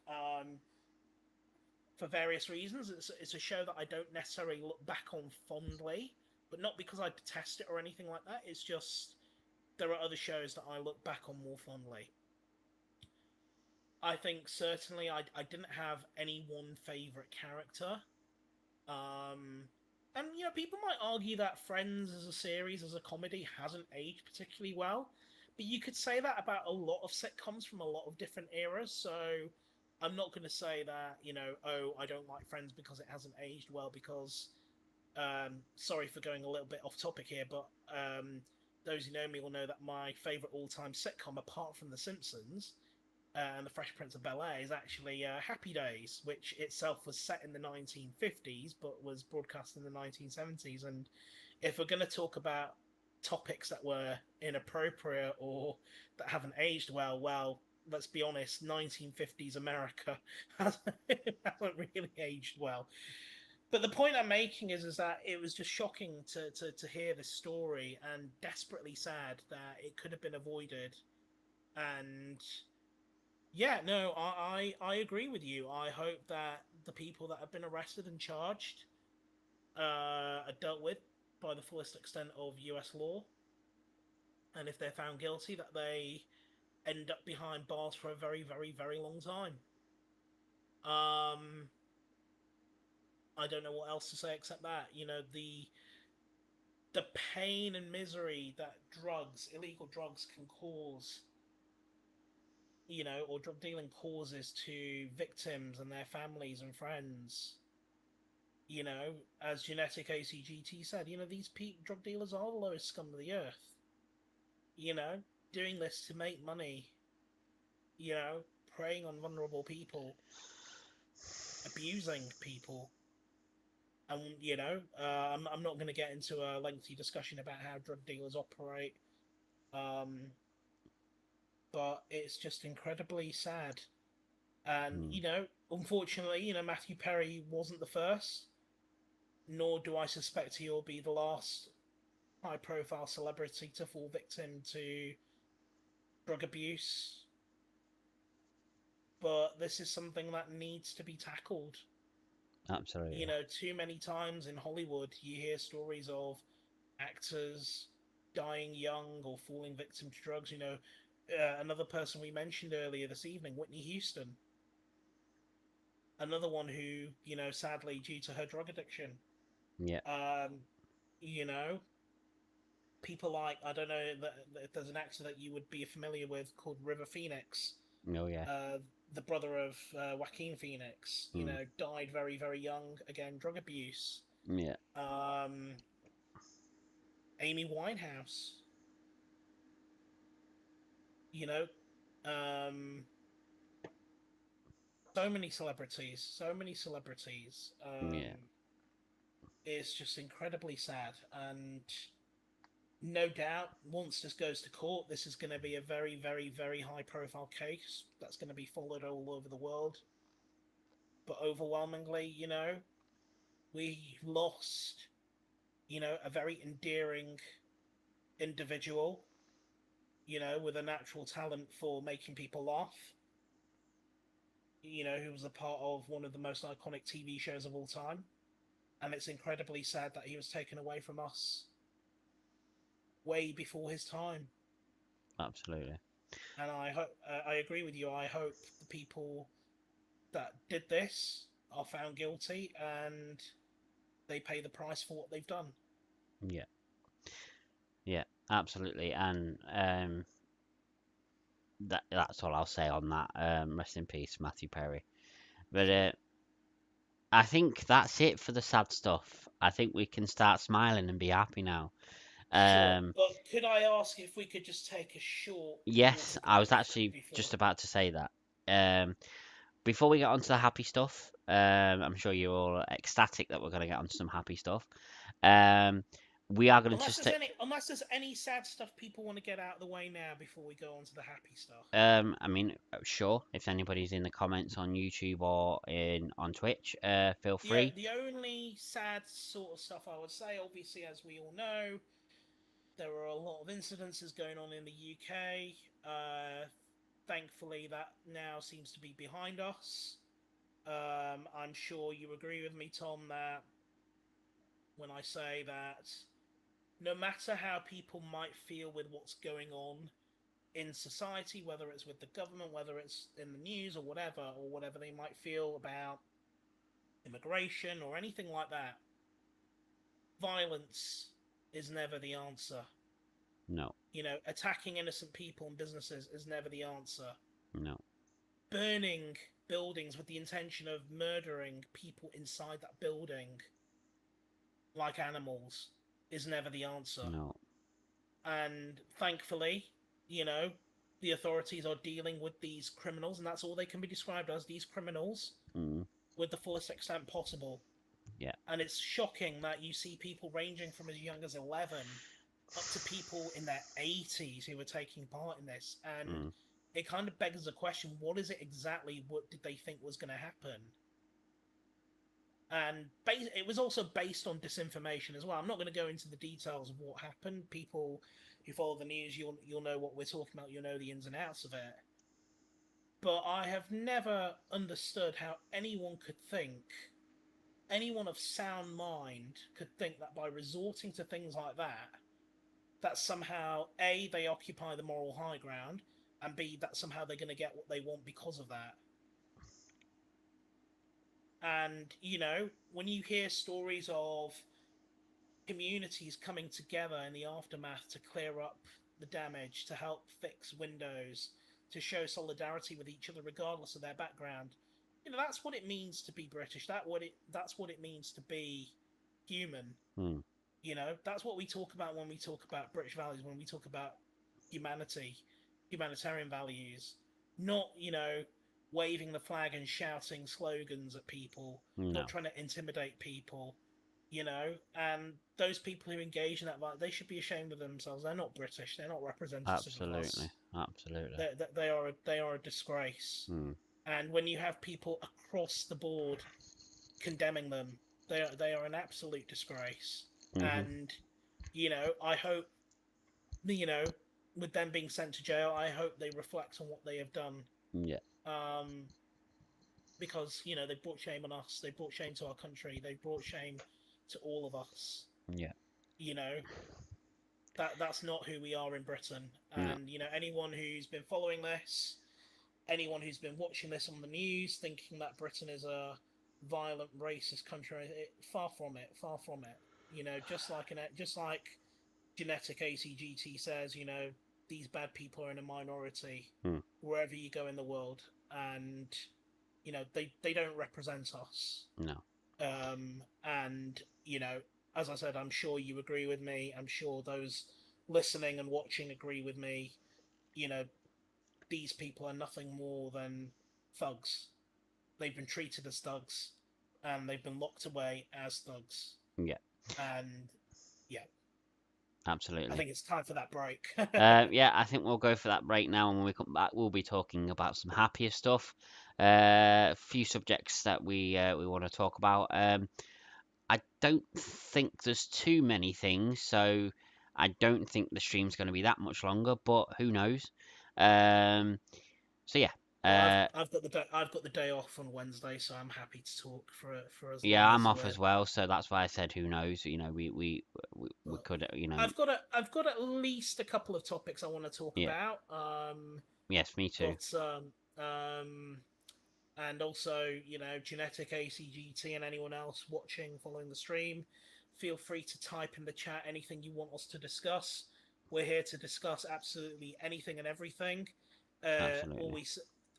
Our only rule is that we don't discuss anything that is potentially illegal or explicit. But otherwise, anything and everything. Yeah. Okay, we're going to take that short break now, and we'll be back soon.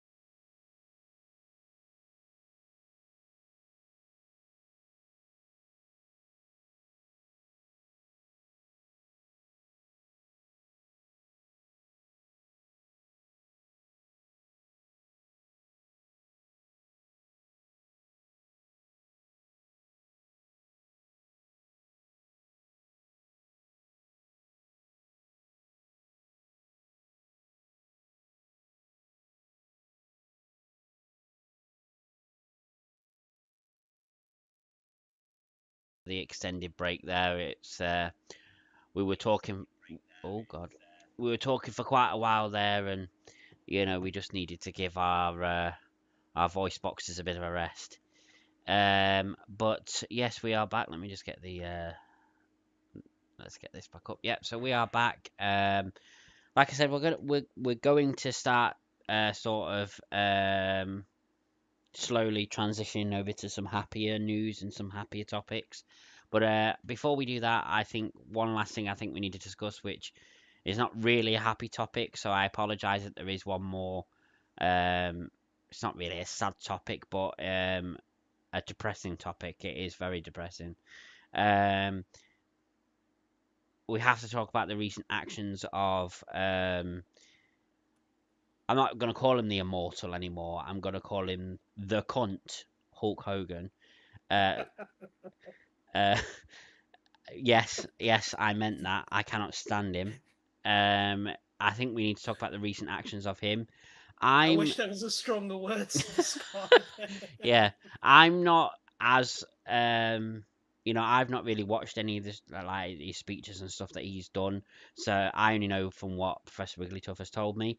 So I think I'll let him talk more about this because he knows more about it than I do. All I will say is from what I've been told by Professor Wigglytuff that if is that he if I had any respect left for him, it's certainly gone now. Not that I did, but it's certainly gone now. Anyway, I'll pass it over to you. Let me start off by saying this. Invariably there are those times in life when somebody does something that really annoys you or pisses you off or makes you angry, and you get mad at them, and then they try to say to you, "Oh, it was a mistake. I really regret it. Please forgive me." Eventually, you forgive them. You give them another chance, and they promise you the world that they're never going to do it again, and that what they did wasn't reflective of them or anything like that.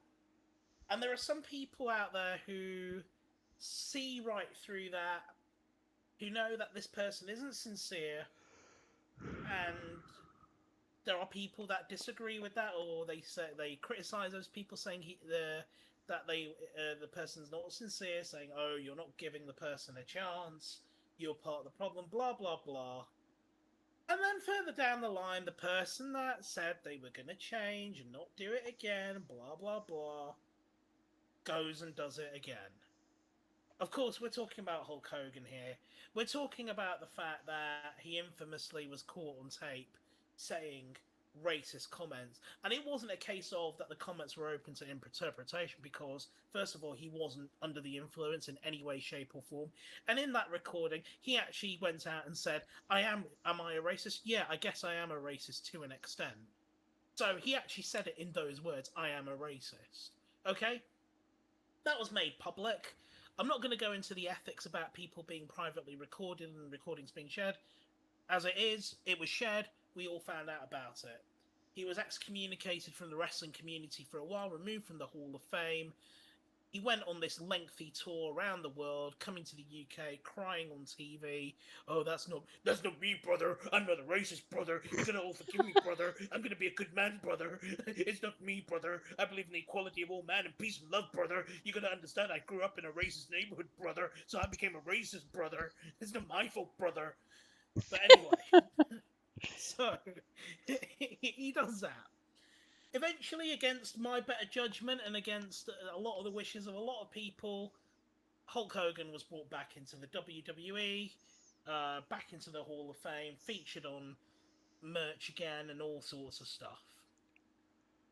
Now, of course, unless you've been living under a rock, there is the small matter of a US presidential election coming up in November.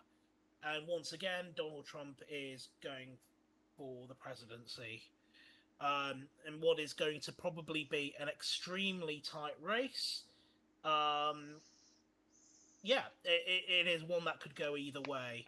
Now, I don't want to make Tom's stream political. Those that do know me in real life know that I am very political, but as a rule of thumb, I try not to make Twitch political. I don't think that would be particularly fair, nor is that what we are trying to do here. However, I think it's safe to say that we all have a duty to do what is right and what is morally right. And, I don't see how demonizing people, be they, migrants, whether they come here legally or illegally, or whatever you want to describe as illegal, or demonizing refugees, who are essentially vulnerable people fleeing persecution, as scumbags, or comparing them to criminals, or as Donald Trump likes to um, compare them to, for some bizarre reason, Hannibal Lecter. Yes, as in that Hannibal Lecter from Silence of the Lambs. Yeah, it's crazy stuff. I mean, myself and Genetic ACGT, we have a bit of a guilty pleasure. We enjoy watching Trump's rallies just to laugh at the ridiculous stuff that he says. Anyway, to cut a long story short, the Republicans had their national convention not so long ago, and there were a number of celebrity endorsements coming to speak on behalf of Donald Trump. One of them was Kid Rock. For those that don't know who Kid Rock is, thank God. Then you had Linda McMahon endorsing him. You had Dana White endorsing him. And then the one that allegedly stole the show was Hulk Hogan. Yeah, because Hulk Hogan, at the age of 71, who hasn't been relevant really since, I would probably say 1996, with the whole NWO thing, but even then, not really, since the 80s, comes out to do his endorsement of Donald Trump, whom he describes as a gladiator and a warrior. And he goes into a promo. For those of you that have not seen the speech, again, you should thank yourself, Lucky Stars. But if you're feeling risky, Google it, YouTube it. Goes into his rant about how he thinks he's in Madison Square Garden and he's going to body slam Andre the Giant, you know, and then describes Donald Trump as a gladiator and a warrior, and bizarrely as his hero. Yes, Hulk Hogan describes Donald Trump as his hero. A man who has been convicted of multiple charges of fraud, who has been found guilty of, um, you know, another crime, and and paying out hush money to silence people. That's his hero. And he did his old stupid little thing where he ripped off his shirt to reveal underneath he was wearing a vest that said "Vote Trump and Vance 2024." And yeah, so basically, to sum it up, Hulk Hogan's hero is a man who is unashamedly a racist, unashamedly demonizing immigrants and refugees, who has been found guilty of fraud and, in a private prosecution of rape, who celebrates, who, you know, practically encouraged and was found guilty of practically encouraging his supporters to storm the parliamentary building, in which individuals lost their lives. That's Hulk Hogan's hero, the real American, the man who fights for the rights of every man, who told us to say our prayers and take our vitamins. That's Hulk Hogan for you. So basically, if you didn't realize by now, Hulk Hogan was actually a piece of shit this whole time. But it gets better, or well, it gets worse, but it gets better in terms of consolidating the fact that the man is a fucking racist. Excuse my language. Recently, at a rally to launch his new line of beer, which you'd have to be mental to want to drink his beer. But anyway, he first starts off in a promo ripping off Stone Cold Steve Austin with the whole "what" chant. He then talks about wanting to body slam and leg drop Kamala Harris. So I'm sure you all know, but Kamala Harris, Vice President of the United States.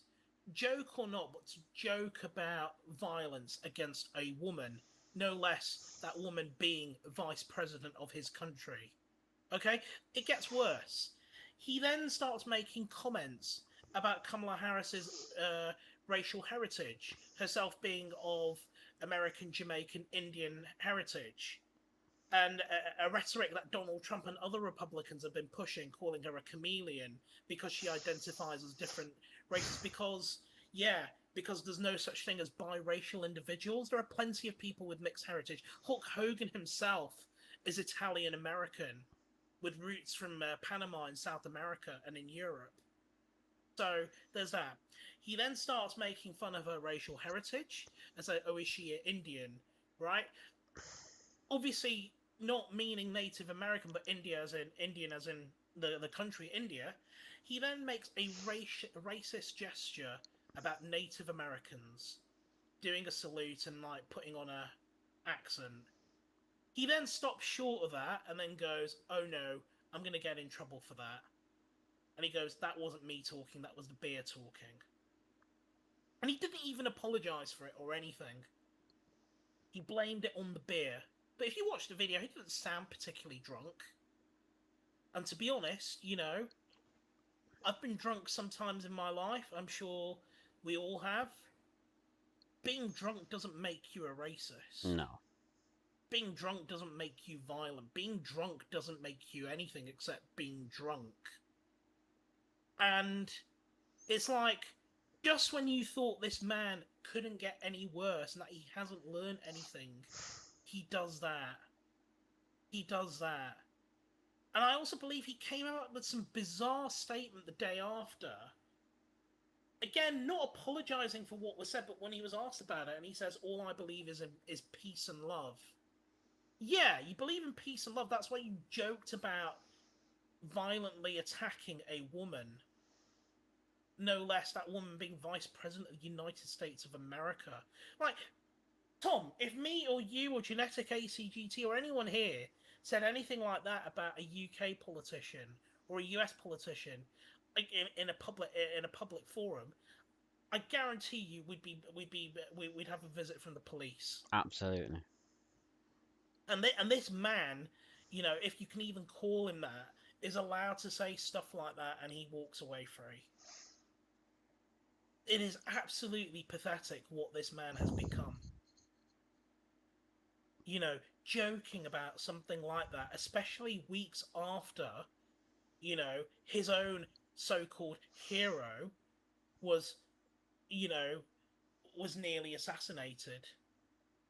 And when discussion had turned to about how we need to stop this violent rhetoric towards politicians, and he goes and says stuff like that.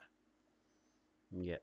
I mean, he must think he's a really hard man because he's threatening to beat up a woman. He's like, "Yeah, oh, I'm the toughest son of a bitch in the world, brother. I'm gonna smash your brother." I'm like, the guy's a fucking shithead. The guy's a fucking piece of shit. And I was just thinking, oh, by the way, I was just thinking of, Sergeant Slaughter, who actually, coincidentally, it's his birthday today. Many happy returns, Sarge.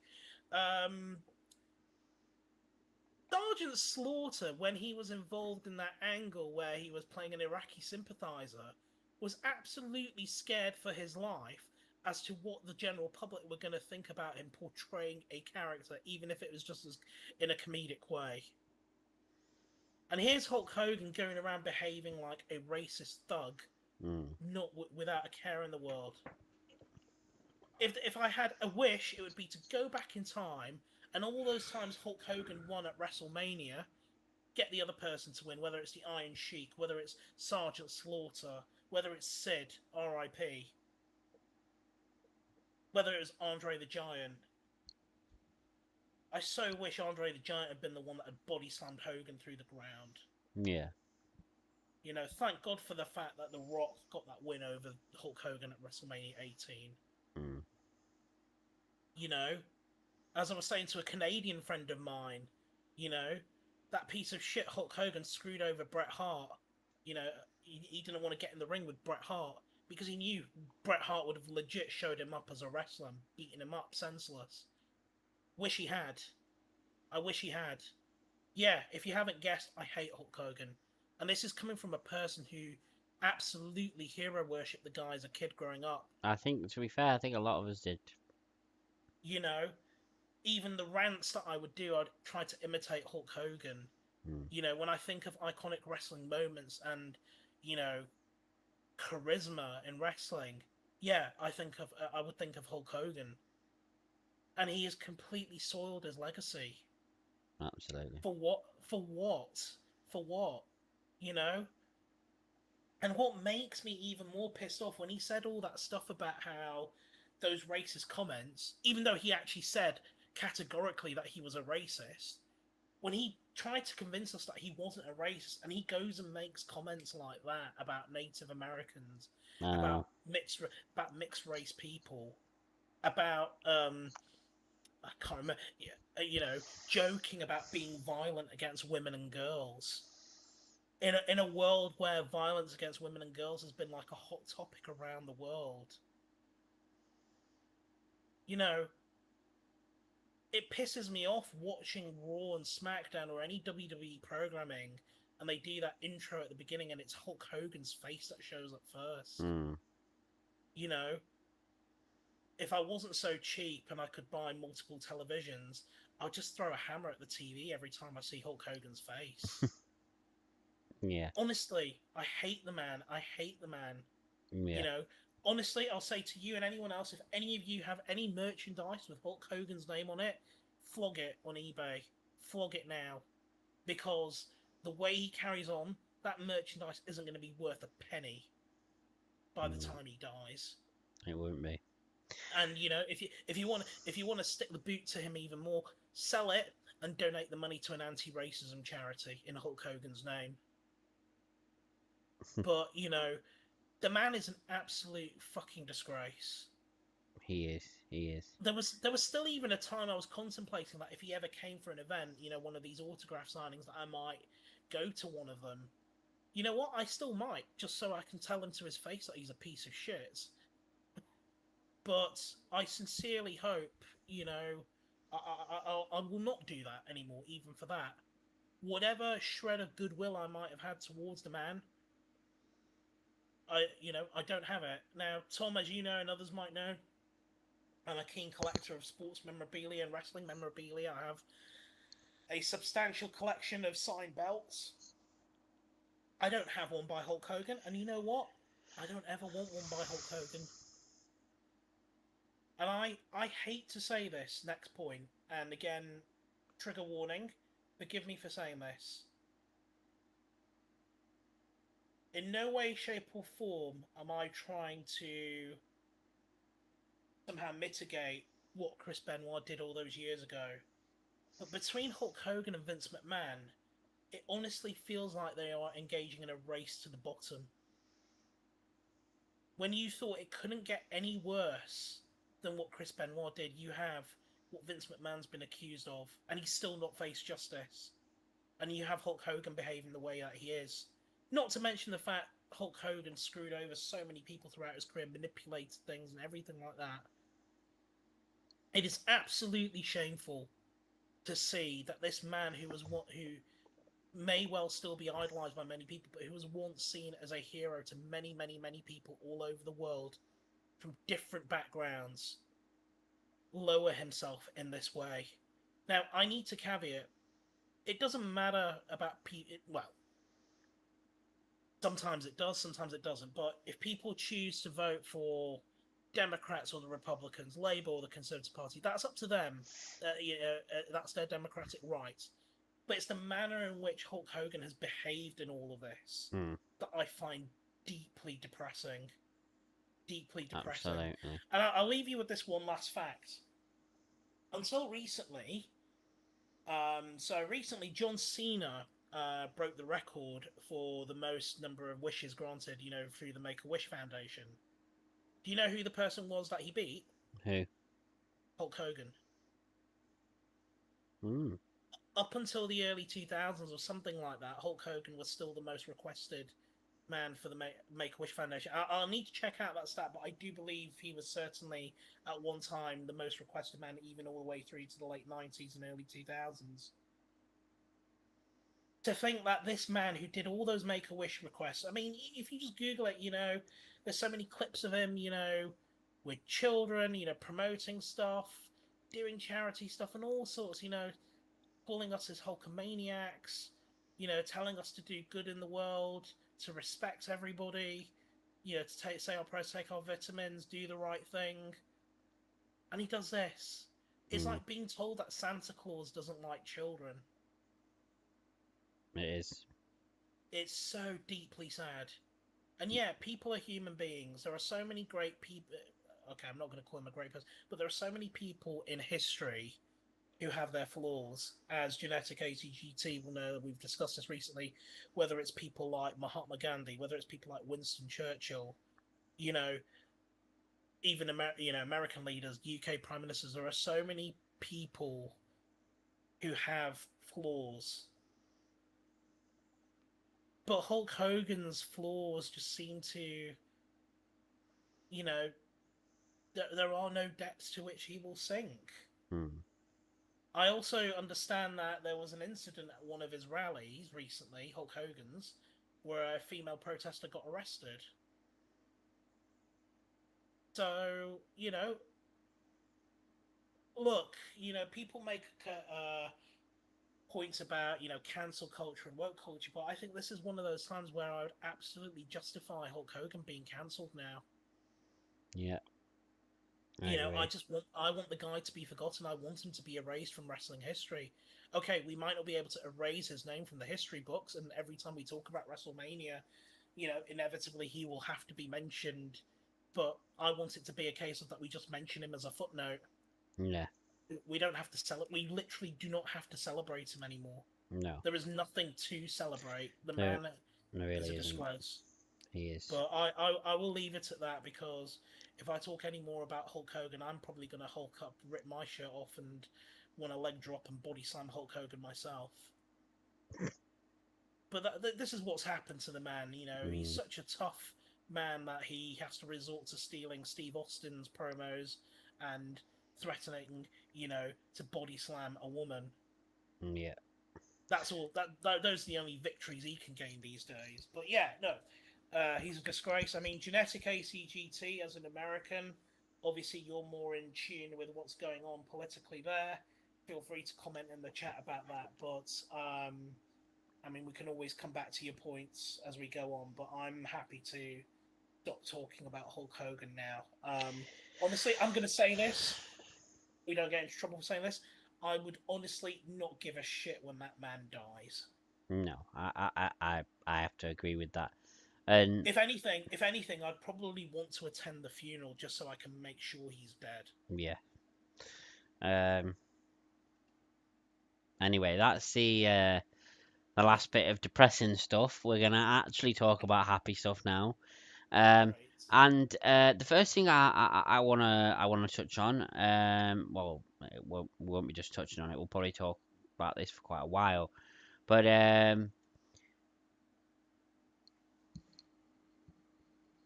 obviously none of you will know, but obviously the Olympics has just, well, obviously you'll know the Olympics has just happened, but none of you will know that actually Professor Wigglytuff was a volunteer at the Paris Olympics. He's previously been a volunteer at the London Olympics, and he was a volunteer at the Paris Olympics. I really enjoyed the Paris Olympics, I have to say. I think they did a really good job of hosting it. I honestly do. I do really think they did a good job of hosting it. But this is not really a subject for me to talk too much about. I'm going to let Professor Wigglytuff talk about his experience at the Paris Olympics being a volunteer. Sure. Thank you, Tom. And yeah, I was a volunteer at the Paris Olympics. I've been back now from Paris for a couple of weeks. It was boiling hot there. Some days it was 38 degrees Celsius, 39, 40 degrees Celsius. It was really hot. Um, Also, just a quick point, the Paralympics get underway later today. Opening ceremonies later today. Do tune in, do support our Paralympian athletes. Good luck to Paralympics GB as well, and good luck to all the athletes of the Paralympic Games. So yeah, as you said, Tom, this isn't the first time I volunteered at an Olympics. I was delighted to have volunteered at London 2012. Had a fantastic time there. Meant a lot. It was very special to me. Volunteering at a UK Olympics. Um, Prior to that, the only other event I had volunteered at in terms of a sporting event were the 2002 Commonwealth Games that happened in our home city of Manchester, our home region, and that was a great thing to do as well. I volunteered at lots of other sporting events. I did the 2014 and 2022 Commonwealth Games in Glasgow and Birmingham, respectively. I did the UEFA Euro 2020 when it was held in 2021. Volunteered at the London portion of the event. And just before I went out to the Olympics, I did the Champions League final at Wembley between Real Madrid and Borussia Dortmund. You know, uh, just to say, if you get the chance to volunteer at these events, I highly recommend it. It's a great way to be a part of a major event without actually being an athlete or being a spectator. I would say it's a step up from being a spectator. But yeah, no, I was based at the Stade de France, and pretty much my role involved me sitting in the stands, helping spectators, but helping security. So, being sort of incognito, you know, with an earpiece and just feeding back information to, my team and everything, helping people out. And as an added bonus, I got to watch everything that happened in the stadium, from the rugby sevens to the athletics to the closing ceremony. I got to see Tom Cruise in all his Scientology glory. I got to see the 100 meters final, both the men and the women. I got to see a world record be broken in the high jump. Um, I was the only person cheering on Fiji in the rugby final against France. Had lots of enjoyable banter with the French fans. It was a great experience. People were friendly, people were very welcoming. Uh, as I said, we had lots of football and rugby banter with the French fans. Um, Met lots of different athletes as well. One of the things that I really like about the Olympics and these major sporting events is collecting pin badges. It's a thing at the Olympics where you either collect or trade pin badges, and I came away from Paris with about 80 something pin badges of different countries. I'm still collecting pin badges. If you have any rare pin badges, please send them to me. Always adding to the collection. But, I've got some super rare pin badges from random countries you wouldn't think of. Places like Tuvalu, places like Vietnam, places like Azerbaijan, Bhutan. Even got a hold of an elusive Palestine badge as well, which was a very popular one to get a hold of, but people couldn't get. Got so many badges. I got a Team GB badge, Japan badge. I got an India badge. I didn't get a USA one, but those are quite popular. You'll get loads of those. I didn't get an Australia one. Um, I reluctantly took a France one, even though you know, I annoyed the locals by saying that I wasn't supporting France, but I caveated it by explaining to them that because I'm British and English, I couldn't really support France, and they understood. Obviously, in a joking way. Um, it'll be a it'll be a cold day in hell before I support the French rugby team or the French football team. But no, it was a really fantastic event. Paris was a great host, a fantastic city. If you've never been to Paris, it's one of those cities that you must visit. Great food. I would say it's reasonably okay to get around on the metro. It feels a bit slower at times, but Paris is okay. Eating out was expensive, but still cheaper than London. Um, yeah, it was good fun. There's lots to do in Paris. Paris is one of those cities that, every time you go there, there's always something new going on.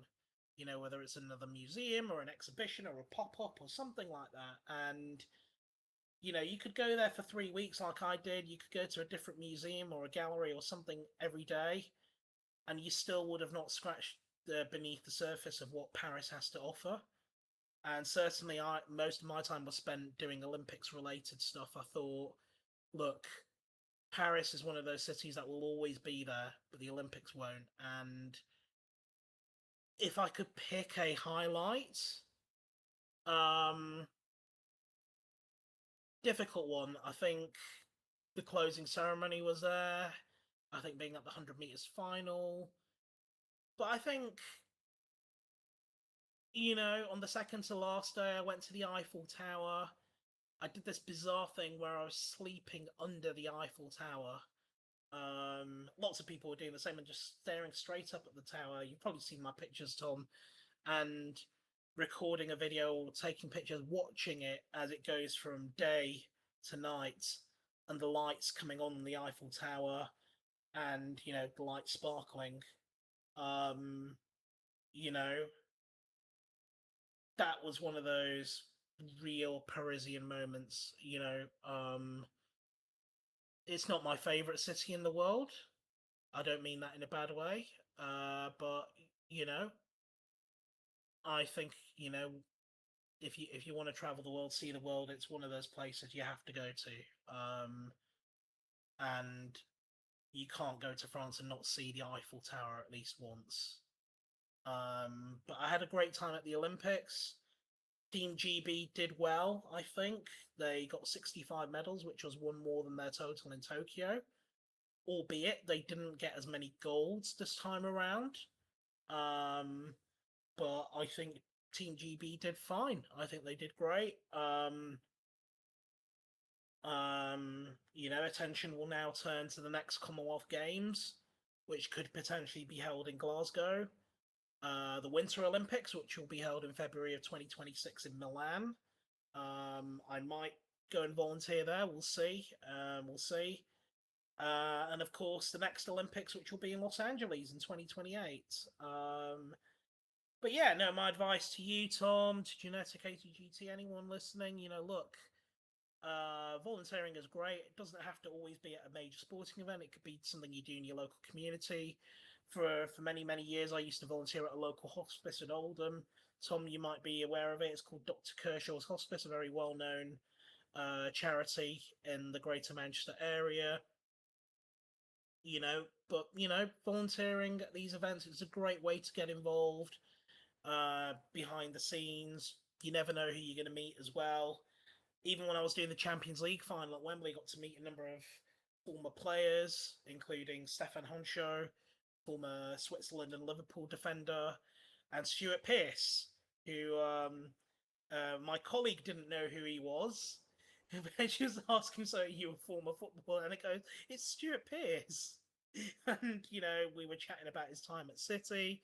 He didn't seem very enthusiastic about that, but yeah. But no, it was a great experience. I don't know if you have any specific questions for me about it, but happy to answer. If anyone has any questions in the chat, feel free to ask me. But yeah, that was Paris. That was the Olympics. I don't necessarily have what many volunteers call post-Olympic blues. I was quite ready to go home by the end of it, but I certainly do miss it. I did enjoy it. It was nice to have a break, nice to be away for a few weeks, and it was good fun. It was good fun. As I said in my application, and as I said in a letter that I sent to somebody in France, a well-known figure, I know all too well firsthand the impact of hosting an event well can have not just on the host city but on the country. And I think Paris did a great job. Of course, when people ask me which did you enjoy better, London or Paris, the diplomatic answer for me would be it's impossible to compare both because they were both unique and at different points in time. But of course, my preference was always going to be for London 2012. It was my home Olympics. It's always going to mean that little bit more. But I felt proud to be a part of the Paris Olympics, and you know, um, I'm sure it won't be long before I'm in France again at some point. Maybe before the end of the year for a business trip or something. But as in conclusion, vive les Jeux Olympiques. Vive Paris and Vive la France. It was great.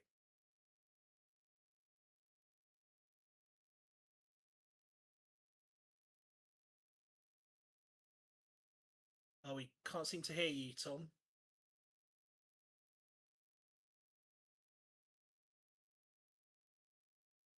Somehow my mic got muted. Sorry about that. Yeah, I'm glad it was interesting there to hear your experience of the Olympics. I'm glad you had a good time. Like I said before, I think Paris did a great job of hosting it. Um, I'll be I'll be taking a lot of interest in the Paralympics as well. But yeah, I'm glad that it was enjoyable for you. Um, I'm just going to post a link in the chat. This was an article that was written about me in the local newspaper about me going out. This was before the Olympics, but yeah, no, it was good fun, and I would encourage you all to volunteer. And it doesn't, like I said, doesn't have to be at a major sporting event. Even if it's just doing a little something in your local community. Um, it's always it's. I don't want to sound cliche by saying this, but it's always rewarding giving up time to do something to help others.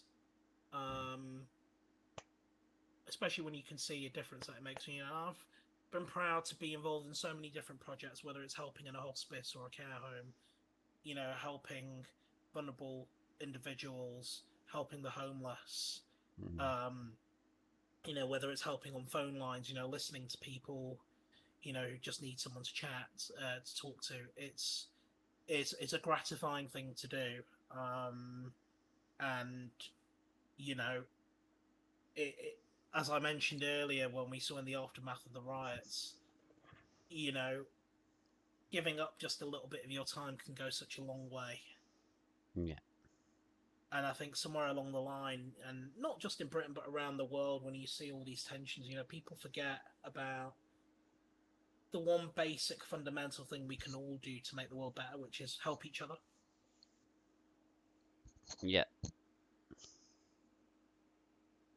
But yeah, no, that's all I have to say on the Olympics. As I said, if anyone's got any questions, feel free to ask away in the chat. But for now, yeah, that was my Olympic experience. Um, Looking forward to whatever comes next in terms of events. I'm sure there'll be plenty of things to do. Um, Interestingly, as I've mentioned to you, I am looking to get involved in many random sporting events or bizarre events, especially some very quirky traditional events. So the next event I have lined up is the World Black Pudding Throwing Championships, Yes, that is a real which, thing. which take place in Ramsbottom in Bury, in Greater Manchester, a week on Sunday. If you don't know what black pudding is, first of all, again, thank your lucky stars that you don't. Oh, I love Uh, black pudding. oh my. It's, I think for a lot of people, it's an acquired Yeah, taste. it's definitely an acquired taste. I suppose the best way to describe it is basically a blood sausage. A blood And sausage. look, there are varieties of blood sausage all over the world. I mean, even in Chippies in the UK, a dish you're probably familiar with, Tom, Saveloys Yeah. are effectively a blood sausage. And people seem to, look, I don't like the taste of black pudding. It's just that. But people seem to lament foods like this, saying, "Oh, it's gross, it's disgusting." But what I always like to say is to remember the origins of food like that. It was produced at a time when, food wasn't always easily accessible or storage wasn't always a thing, and people made use of every bit of the carcass, as it were. Mm.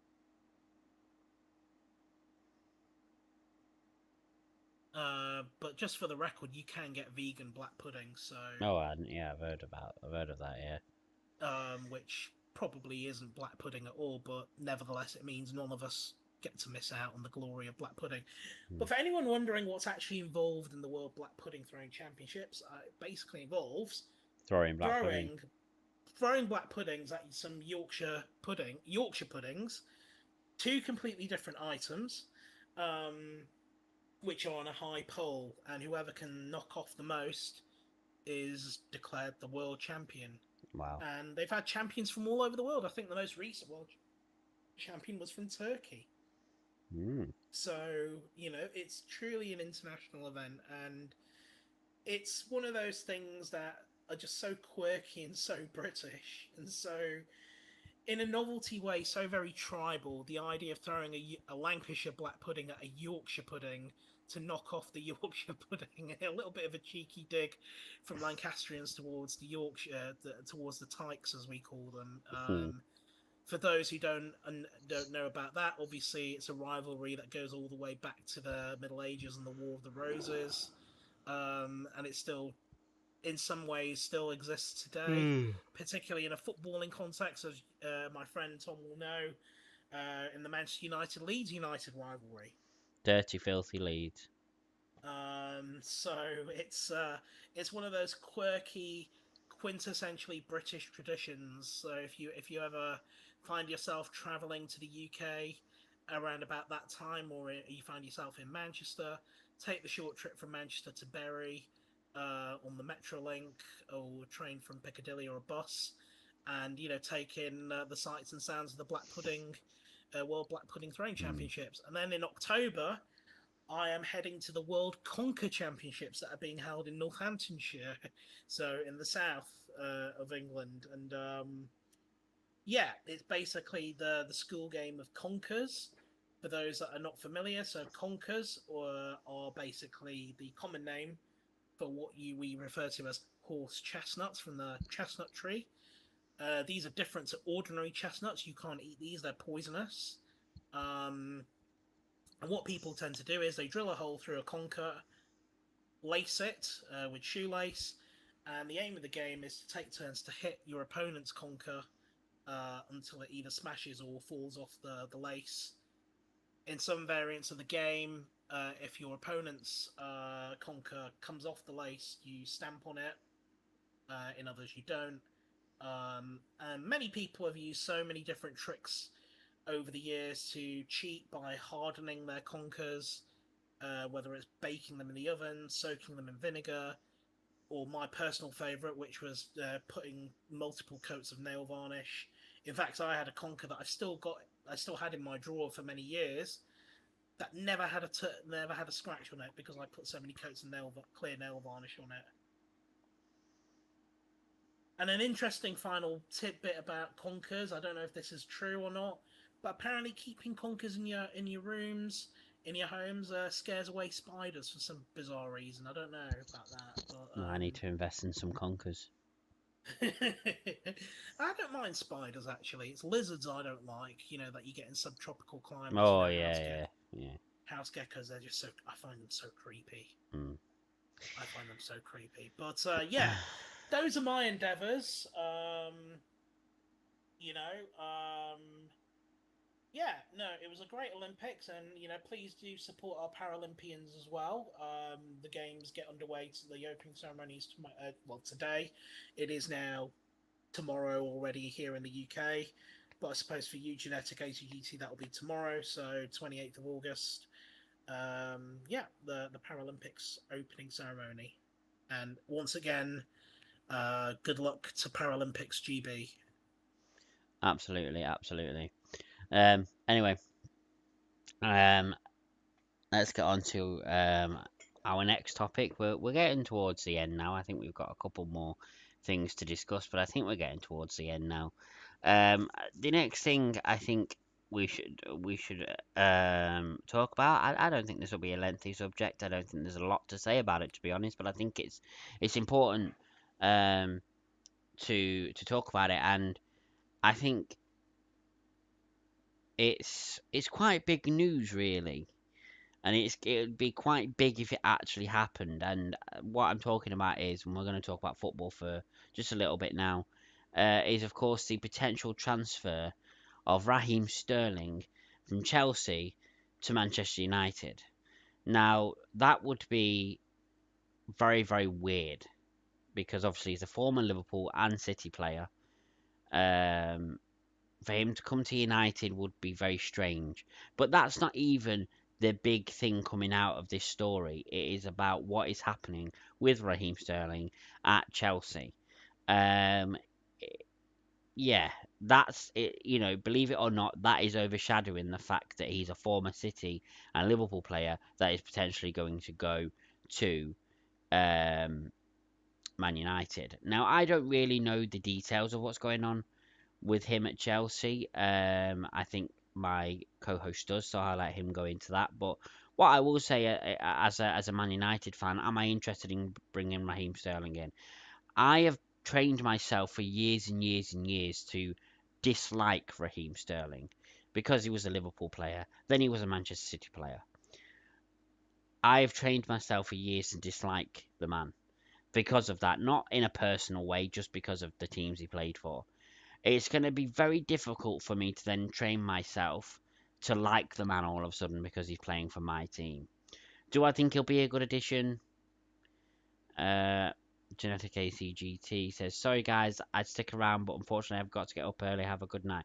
Thank you for staying in the stream for as long as you have, Genetic. It's very much appreciated, and thank you for being Yeah. part of the conversation.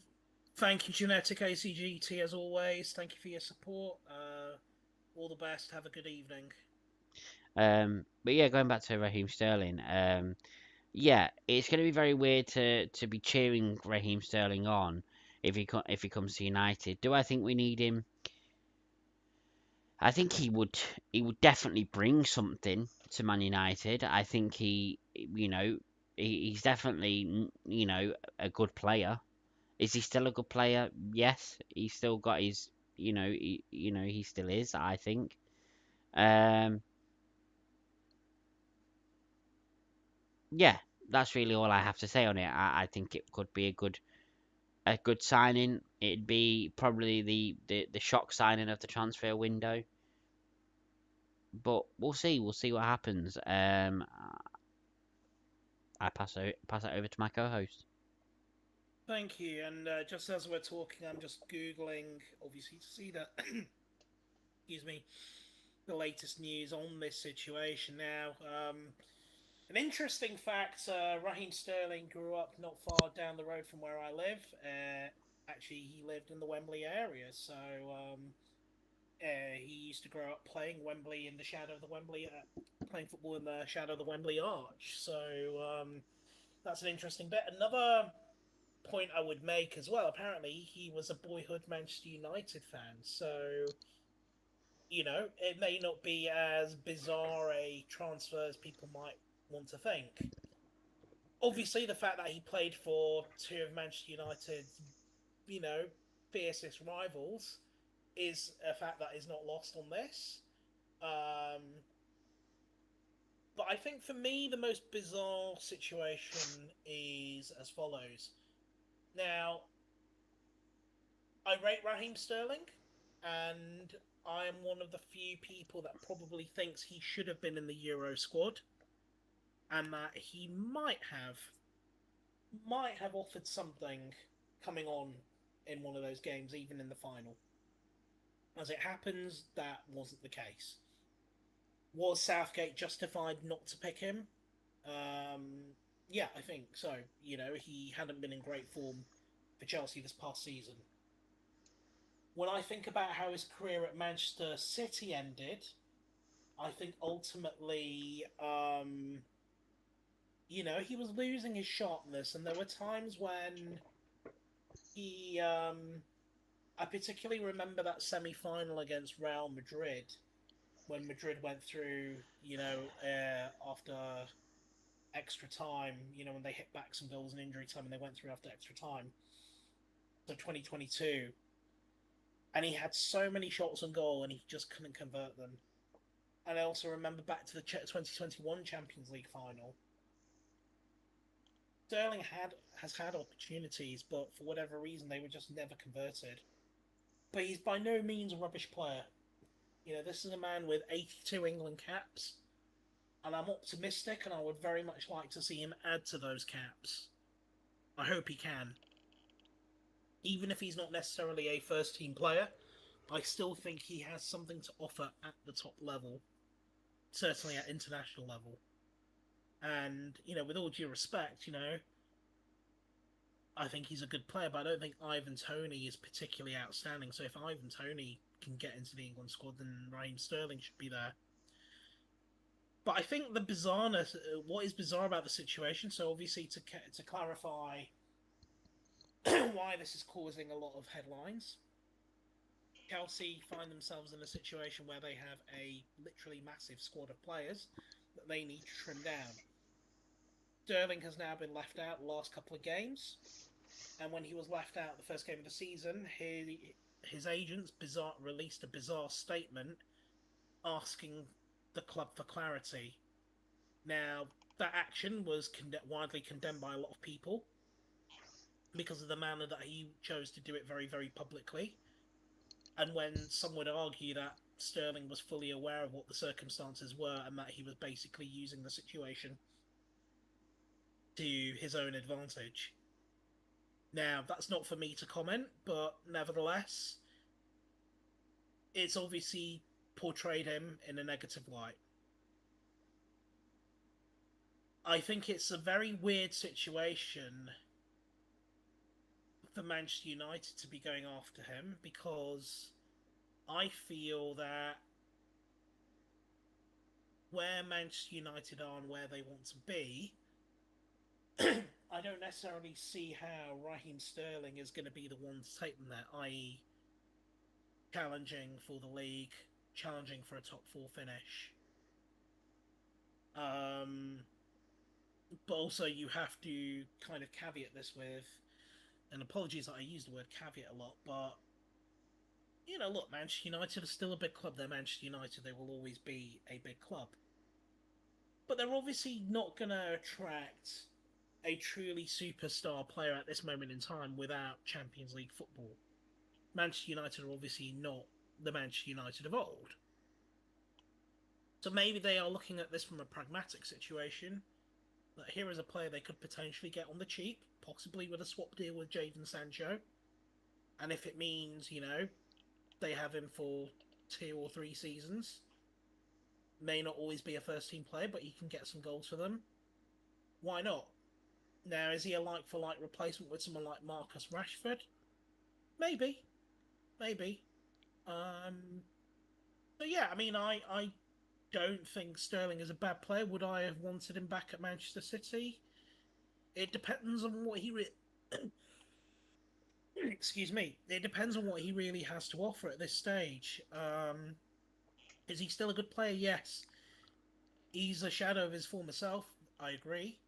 But I still think he's more than capable of doing well in the Premier League, and I still think he's more than capable of getting back into that England squad. And certainly that'll be at the forefront of his mind. And almost certainly, if there is any truth in those rumours about him going to Manchester United, he will push. I think he will push for that transfer. I mean, let's not forget, once upon a time he was being linked with a move to Real Madrid or Barcelona at his peak. Yeah. So, I mean, I'm just looking at the news about it. I mean, it does appear that Manchester United are holding serious talks about Raheem Sterling. I don't necessarily know how that would be viewed by City fans. Would they boo him? Probably. Would Liverpool fans boo him? Probably. It's just the way it is. Mm. It's just the way it is. But, he's not going to be playing for a top 4 team at this stage. No. As in, none of them are going to go for him at this moment in time. No. He's not going to go to a Spanish side. I can't think of any other sort of Champions League teams that might need him. I mean, there was a bizarre notion that he might go to Celtic, to reunite with Brendan Rodgers. But, just asking your opinion, throwing this back at you, I mean, what do you think overall? First of all, what do you think is the rationale here for Manchester United wanting Raheem Sterling? And secondly, if it did happen, how would you feel about it, and what do you expect to see happen? As in, what do you expect to come out of Raheem Sterling playing at Manchester United? Good questions. Good questions. First of all, the rationale of Man United buying Sterling. I'm honestly unsure. That's an honest answer. I'm unsure. I don't know why Man United want him. I, I feel like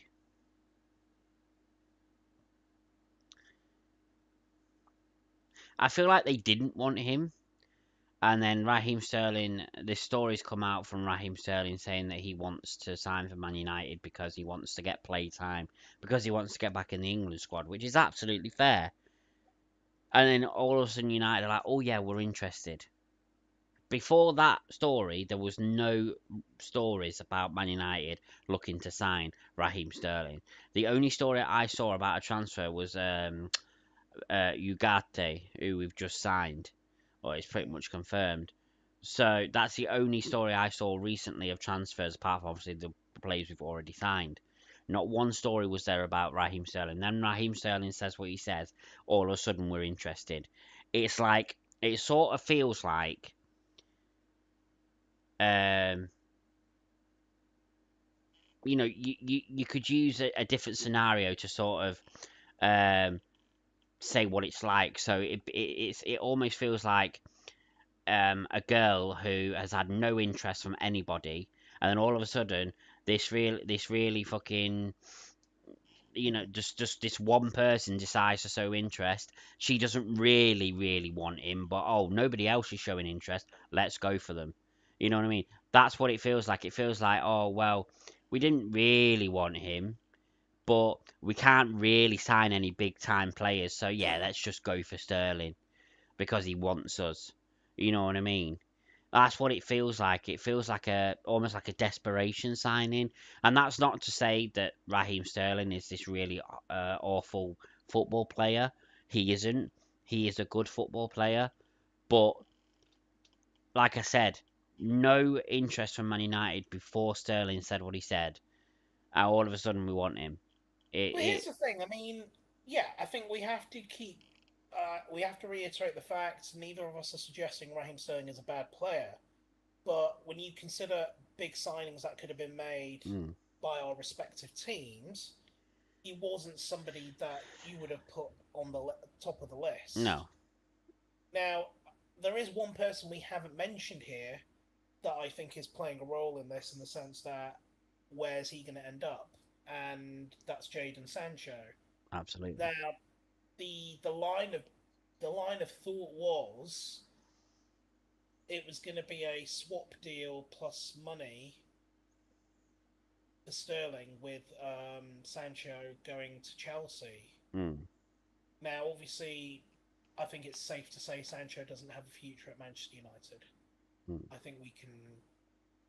I think we can both be quite certain of that. yeah.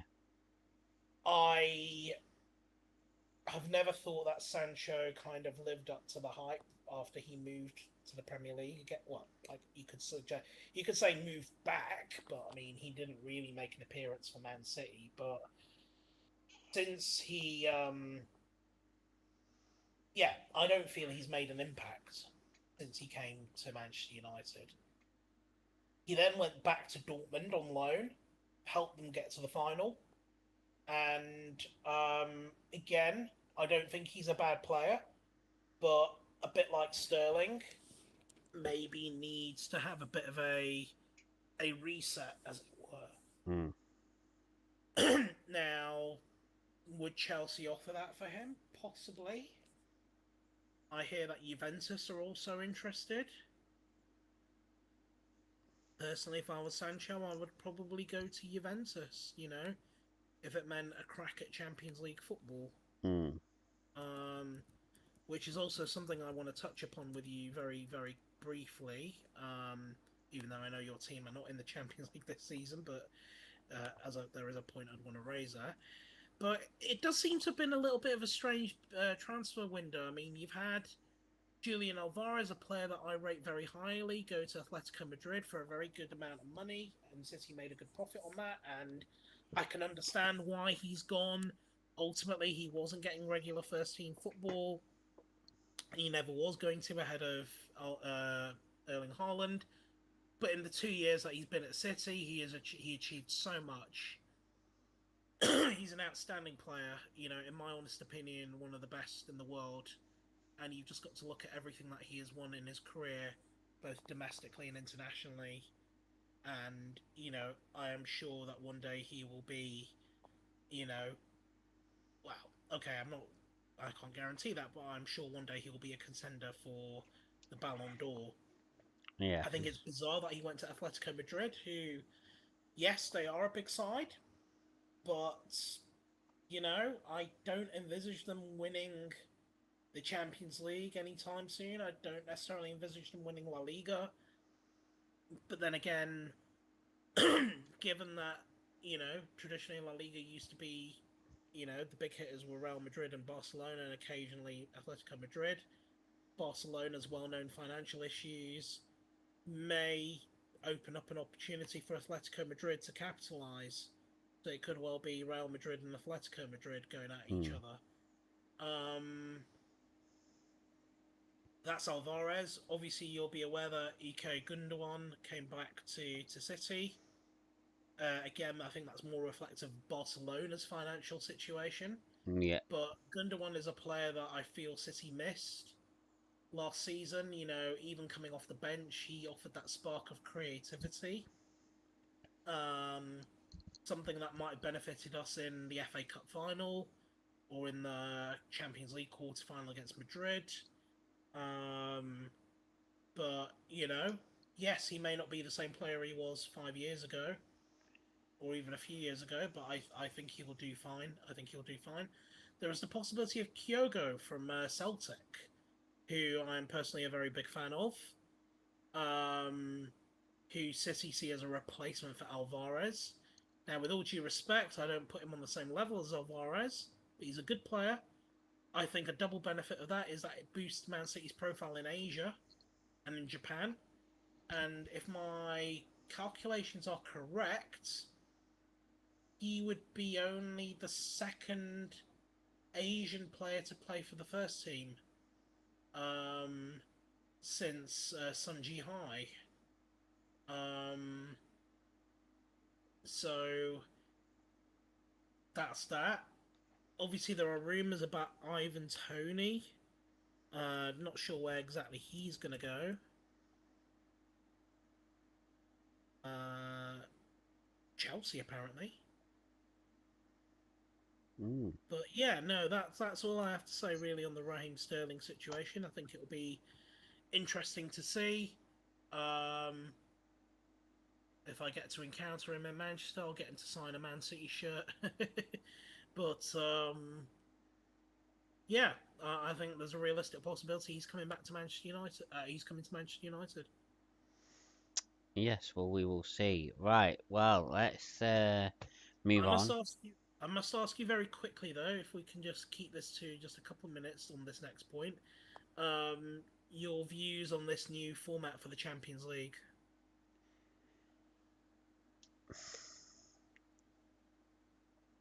Between you and It's. I think it's ridiculous. I'm glad you said that.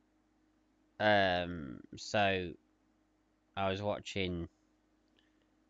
Can't remember what I was watching. I was watching some form of football match. Oh, that was it. It was the Super Cup final. I was watching the Super Cup final, and before, obviously, you have to build up. And I think it was Ali McCoist went through the whole rules of the new format for the Champions League, and I just thought, why the fuck have they changed it? It was so simple before. Group stage, top two teams go through. Third place team goes into the Europa League. You move on to the knockout stages. Two legs. They got rid of the away goals to make it even simpler, and now they've changed it to this format. I get that they've changed it so more teams can get in. That's a bit fairer, I suppose. But it's just, I think I understand how it works, but then again, I don't know because it just feels like it's majorly complicated. I'm almost glad that United aren't in it this season, just so that I can get a grasp of it this season, so that if they do get in it next season, I 100% understand it by the time we get to it next season. So, if I can add my bit, I was watching an interesting documentary on YouTube going on about the new format. Now, obviously, as you pointed out, it's increased from 32 to 36 teams with a strange sort of wild card format where you could qualify based on past performance or via your country's coefficient ranking, meaning you might get an extra spot. It's a bit like a throwback to the old Fair Play League we were talking about earlier. So, my understanding is each team will have 8 games. They'll play 4 games at home, 4 games away, and it'll be games against different teams. You won't face one team twice in the group stage. And it's all one big league table. At the end of that campaign, the top 8 teams will qualify directly for the next round.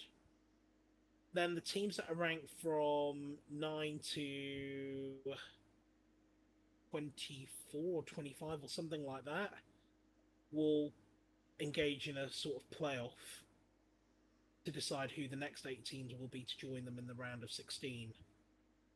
And then all the other teams below that will just be out of the competition. There's no like UEFA, Europa League safety net. And then it just goes the traditional way, you know, 2-legged ties all the way through to the final. Now,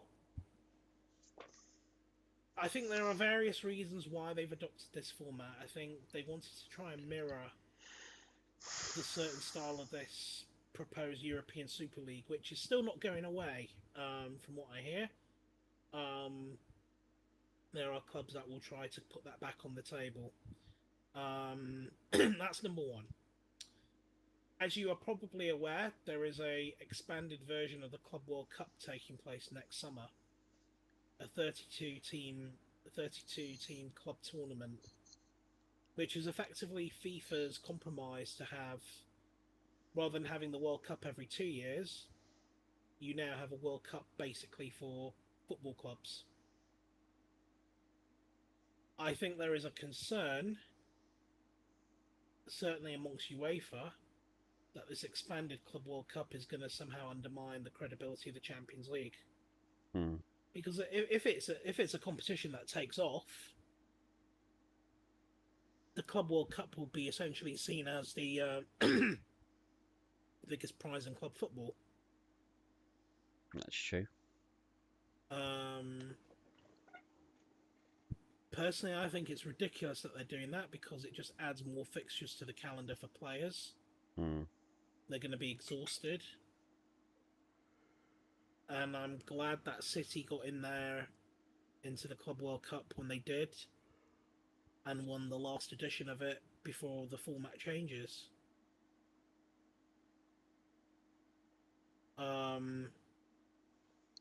I can't see what good will come out of that expanded format, but that's basically the short story of it.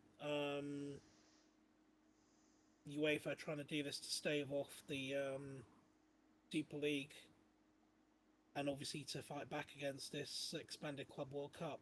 But we'll see. We'll see what comes out of this. Yeah. I personally do not think it's a great idea. I don't think there was anything wrong with the old format. I wasn't necessarily against the idea of expanding it, but I don't like this new format. But their argument is that it makes for more exciting games at the group stage and it possibly gives the smaller teams a chance to progress. Yeah.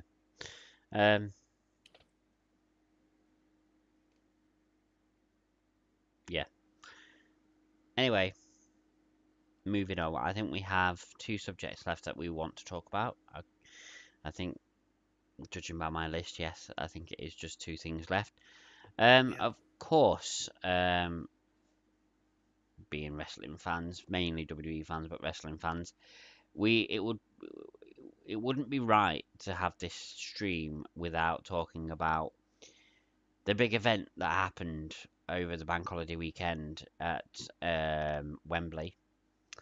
AEW All In, of course, 2024. Now, as uh, regular viewers will know,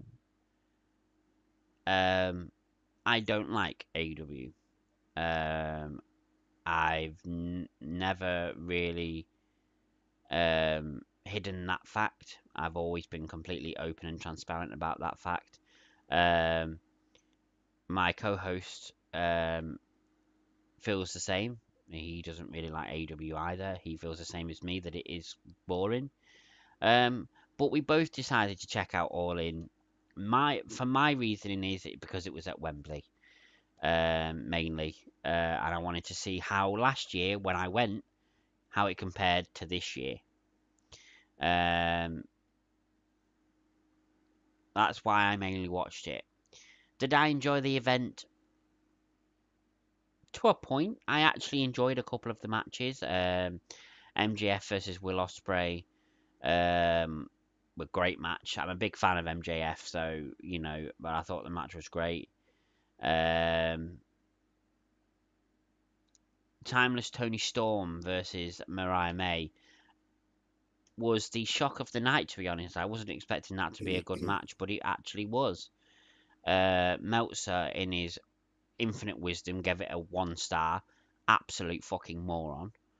But anyway, I won't get into Meltzer because I could talk about him all night. And the main event, Bryan Danielson, or Daniel Bryan as he was known in WWE, versus Swerve Strickland for the AEW World Championship. Bryan Danielson finally getting his hands on the AEW World Championship. Some people saying that it's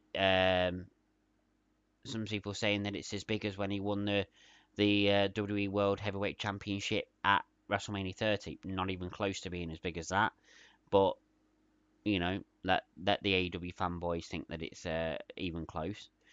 But yeah,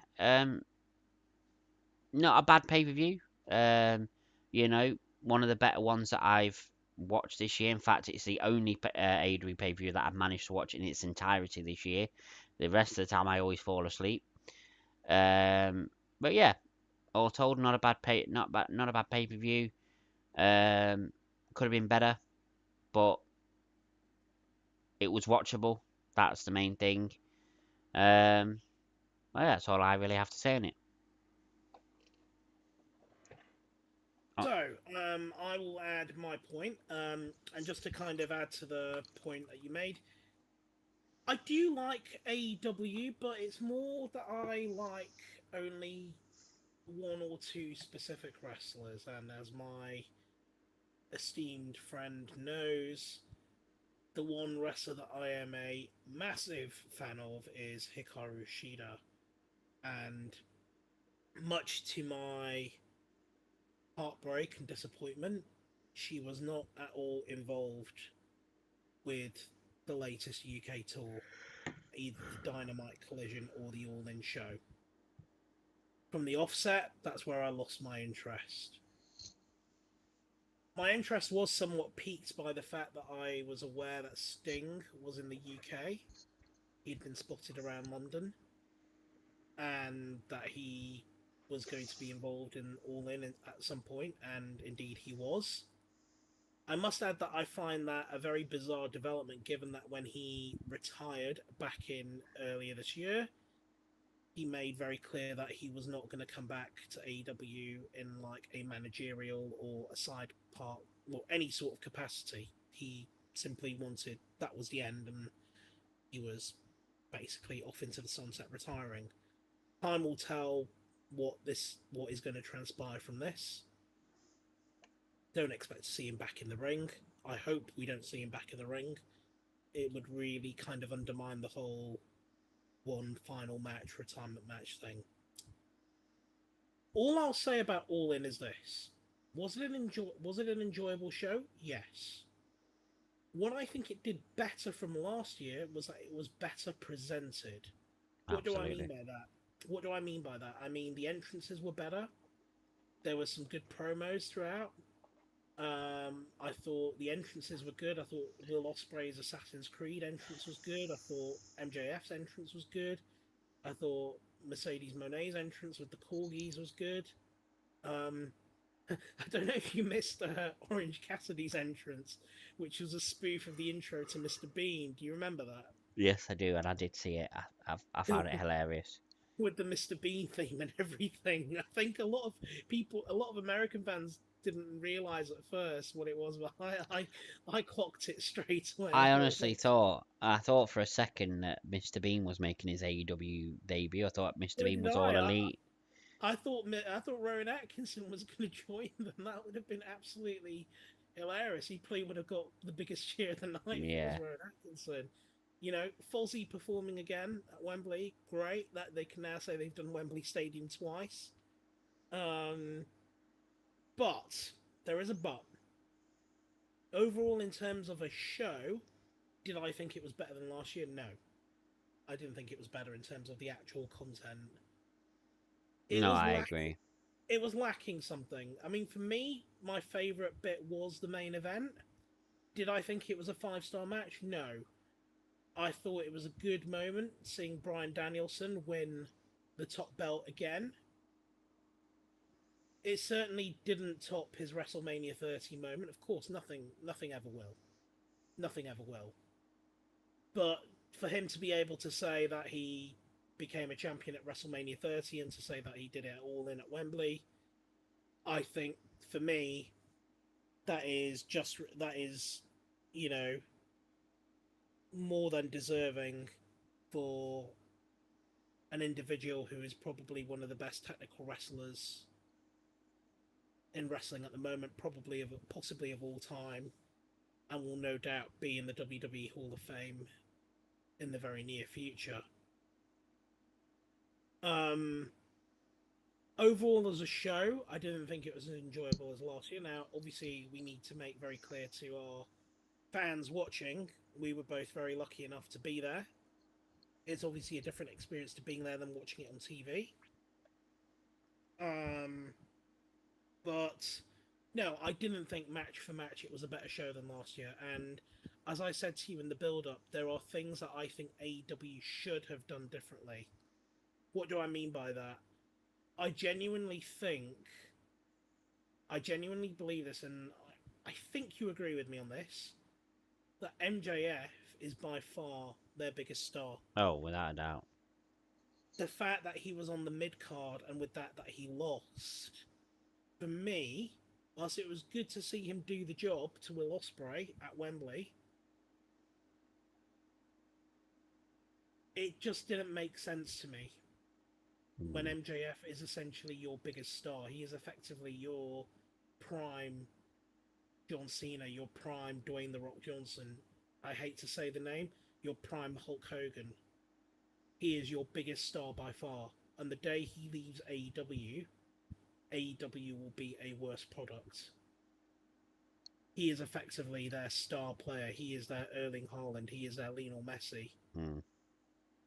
He is their talisman. Notwithstanding former WWE stars like Adam Copeland or Bryan Danielson, or that's number one. Number two, in my honest opinion, the main event, and obviously injuries played a factor, whatever, but the main event should have been, in my opinion, either MJF versus Adam Cole in a rematch for the AEW title, or, and I think this is a main event that would have gone down very, very, very well with the UK fans and would have been fitting of a Wembley Stadium main event, Adam Copeland versus Christian Cage for the AEW title. Yeah. I don't know how you feel about that, but I suspect as well, given that Christian Cage has won this title shot, I have a feeling, feel free to disagree with me or argue with me about this, but I have a feeling that is going to lead to a Adam Copeland versus Christian Cage match at some point for the title. Yes, I think that's inevitable. Um, honestly, if that had been the main event at Wembley, there would have been huge buzz about that. Yeah. Yes, they fought each other at various points, but never as the absolute main event of a huge show. Mm. You know, in their prime, Edge versus Christian would have been a great WrestleMania main event. Yeah. You know, it's a match that we need to see, and Absolutely. it's disappointing that Adam Copeland was injured because I would have loved to have seen him at Wembley. Yeah. But it's for those reasons, because it was lacking certain stars that I would have liked to have seen, that I chose not to go. Yeah. Now, I did have a prior engagement to attend, but as my friend is aware, I'm not going to share the details of that on cyberspace. But I regretted going to that prior engagement. Indeed, I thank my friend for getting me out of it as well. But yeah, I did regret not going because I thought it was a better presented event, and this time it had something that we didn't have last year, which was pyro. Mm. I think AEW clearly learned some lessons from the previous year. Despite our criticisms, it looks as though AEW are not going anywhere anytime soon. They have already announced they're coming back next August for Forbidden Door. Where that event is going to be held is still open for debate. Could it be an arena show? Possibly at Wembley Arena. So Wembley Arena is a small arena next to Wembley Stadium. Could it potentially be a stadium show? I would probably say no, because 24th of August, as you know, will be just, probably the second week of the football season. And I don't know if Craven Cottage or the Olympic Stadium or Stamford Bridge or the Emirates would be available. I think I'm certain it'll probably be at somewhere like the O2. I think it's going to be at the O2. Yeah. That's what I predict. It'll be at an arena. I think it'll be an arena show Yeah. because it's worth pointing out it didn't sell out all in, No, he didn't. and He it did. didn't sell out last year. No. And frankly, I don't think it's very. I don't think it's a good reflection on the company if, even with tickets as low as £25, £27, You still can't sell out. still can't sell out Wembley, and there were plenty of empty seats in in what we call the nosebleeds. Mm. Now, with all due respect, we sat in some of the higher seats. Sure, you can't see it, you're not right up and close to the action, but in my honest opinion, Wembley Stadium is one of those few stadiums, alongside the Stade de France, where you get a good view wherever you are in the stadium. It's a well-designed stadium. We were able to see the action. It wasn't bad. No, it wasn't. And with all due respect, £25 is actually a good price for a ticket for an event at Wembley Stadium. It absolutely is. Yeah. And the fact that it couldn't sell out, for me, is problematic. That's what concerns me about AEW, and this goes back to the point about finding it boring and questioning the product. Mm. It's all well and good that they're doing Forbidden Door here next year. It's all well and good they're going to Australia next year. But I feel AEW are just trying to shoot really high when they need to do some of the smaller groundwork. You know, why is it taking this long? COVID aside, why is it taking this long to do an episode of Dynamite in the UK? And with that, why did they do it in Cardiff? Mm. It would have made more sense to have done it in London. If you're hosting a huge stadium event, the biggest event you're holding of the year, you want to make everything that's going on around that event like a week-long celebration, like a WrestleMania Access. Yeah. I don't understand why they didn't do that yet again. Now, nevertheless, still getting about 60 odd thousand in Wembley Stadium is still pretty good. But I just feel for whatever reason, AEW, there are things they are just not doing right. Mm. That they could have done. They could have done, if they had done a high profile meet and greet event, they would have raked in some good money. especially if it had included the likes of Brian Danielson, if it had included John Moxley, if it had included, I don't know if Moxley was at the event, I can't remember, No. but if it had included Tony Storm or Mercedes Moné or Britt Baker, you know, individuals who are extremely popular. Hmm. You know, they have some good superstars. They have some stars who are popular, but for whatever reason, it's just so boring to watch. It is. It's just so boring. And like I was saying on another wrestling journalist channel, whose name I shall keep anonymous, the only highlights for me of this year of AEW have been Sting retiring, as in like memorable moments, Sting retiring, and Tony Khan in the neck brace. Yeah. Isn't that bizarre that I can't talk about any of the matches with any like degree of excitement? Yeah. That is the problem we have with AEW, Hmm. and it's surviving somehow. I think that has to do with the fact that they've got money behind them, and I think they've been a bit clever about who they're collaborating with in terms of promos. So, for example, getting Assassin's Creed to announce the new game with them, you know, collaborating with New Japan, you know, all sorts, all sorts. So they're doing it. They're doing okay. AEW, look, they're not as bad as TNA. They're better than what WCW was post 1998. Hmm. But I just feel they could be doing a lot better, and they should be doing a lot better with what they've got. I mean, at the end of the day, they were performing at Wembley Stadium. Yeah. Yeah, I mean that has to be said again. They were doing a wrestling show in Wembley Stadium. That's twice now they've been in Wembley Stadium. Whereas in the last 30 odd years, WWE haven't been to Wembley Stadium. No, that's true.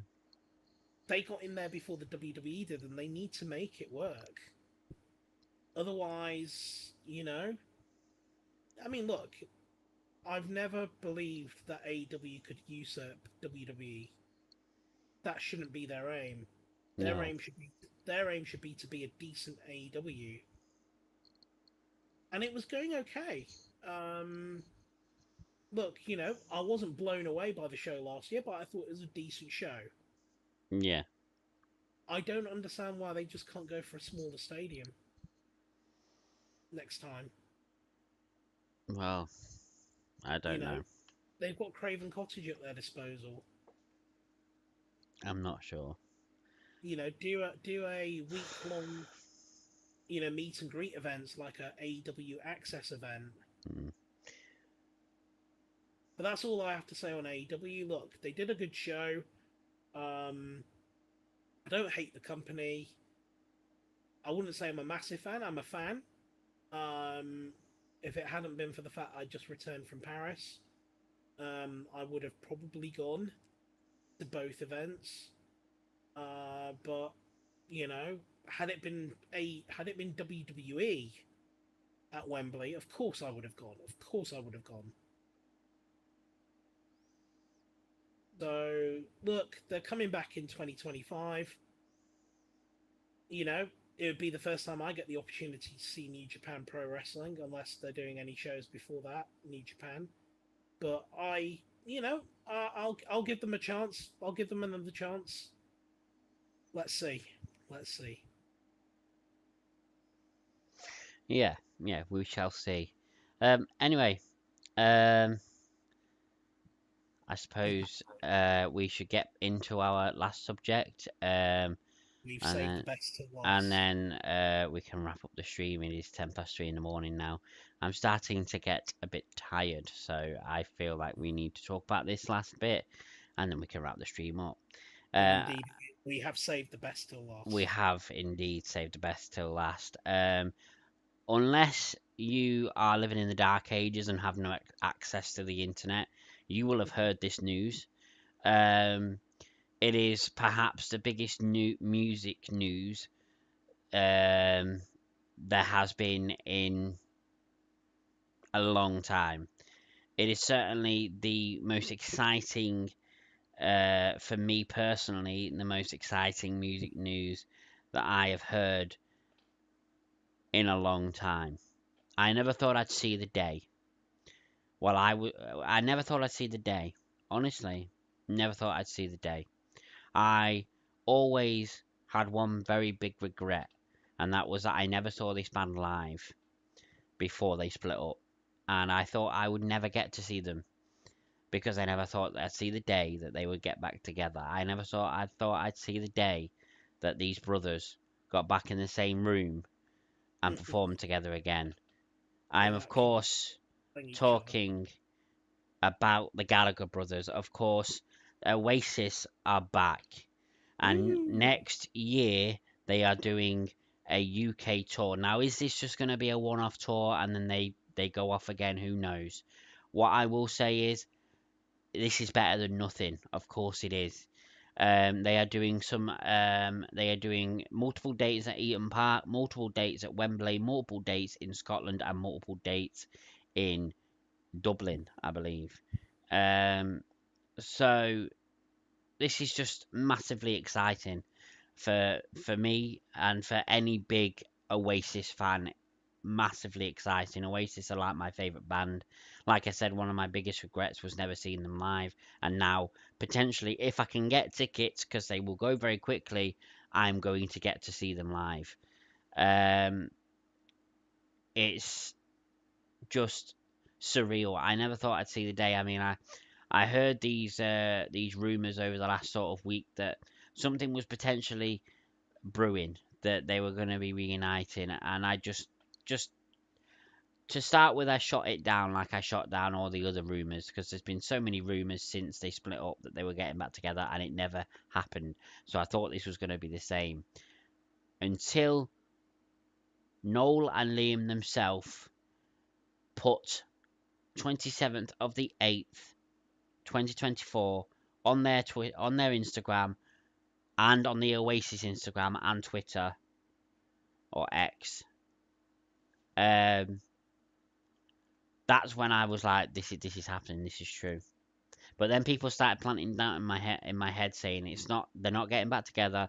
They're going to announce some sort of like special edition album or something like that. And I just thought, no, it can't be that. We already know there's an album coming out, an anniversary album coming out. They're not going to do another announcement for another album. I was like, can't be that. And then I specifically set my alarm for 8 o'clock this morning so I could wake up and see what they were announcing. And I was so pleased that I set my alarm and woke up at 8 o'clock in the morning on my day off. Bear in mind, I was so happy, and I saw the tweet. Um, I will read it out for you. What was what Hang on a minute. Oasis.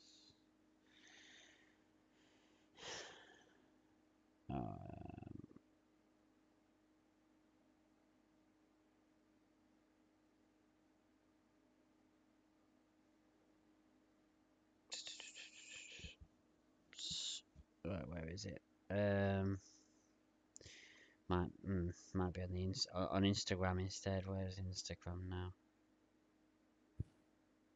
Oh, there it is. Yeah, it's just amazing. The announcement that none of us thought was ever going to happen. So this is it. So they posted this. The guns have fallen silent. The stars have aligned. The great wait is over. Come see. It will not be televised. That is what they posted. Um, it's happening. I still find it surreal. I never ever thought I'd see the day that they could be in the same room again, but somehow they've put their differences aside, and it's happening. Um, wow, just so ecstatic. The best news that we've had, the best news we've had in the UK in a long time, to be honest. and it's news that we needed at the moment with everything that's recently happened here in the UK. It's news that was very, very needed, and I couldn't be happier. Anyway, I'll pass it over to you. Yeah, I'm not really an Oasis fan. Twat.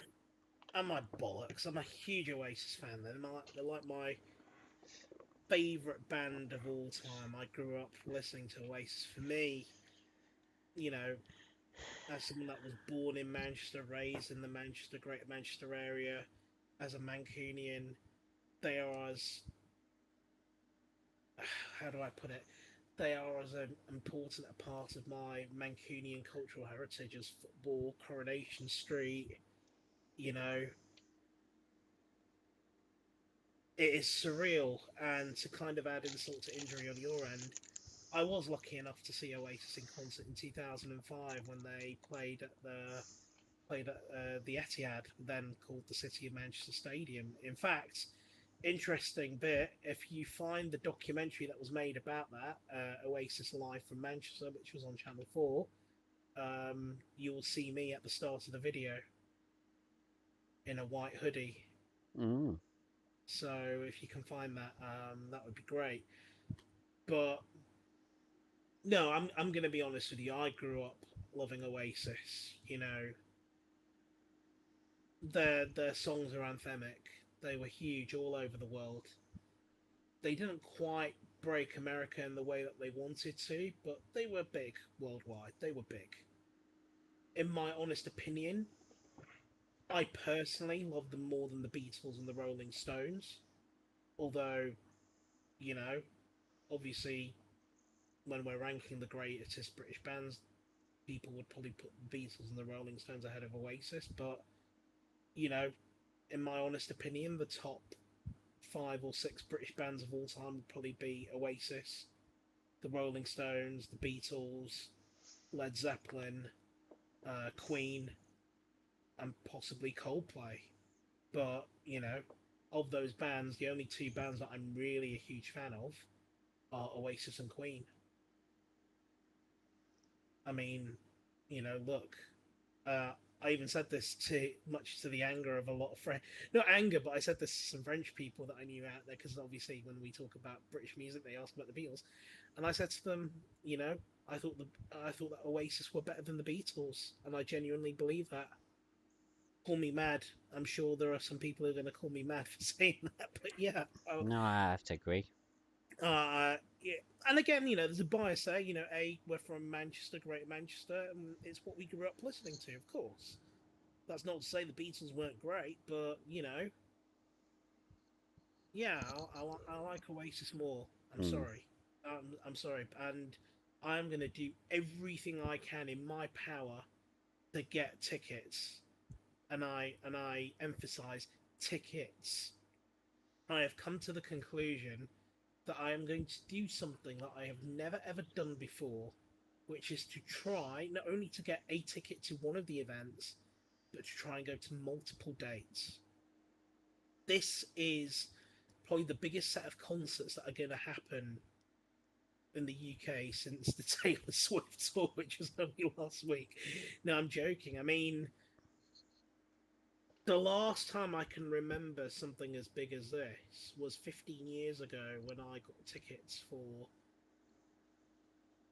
you know, the concerts that never happened, Michael Jackson's concerts at the O2, Mm. and the buzz there was around that. This has dominated the news, you know, political stuff aside. The fact that Oasis are reforming for a what they promised to be a world tour. And I also hear on good authority that those dates that they've listed in the UK and Ireland are not going to be their only dates in the UK.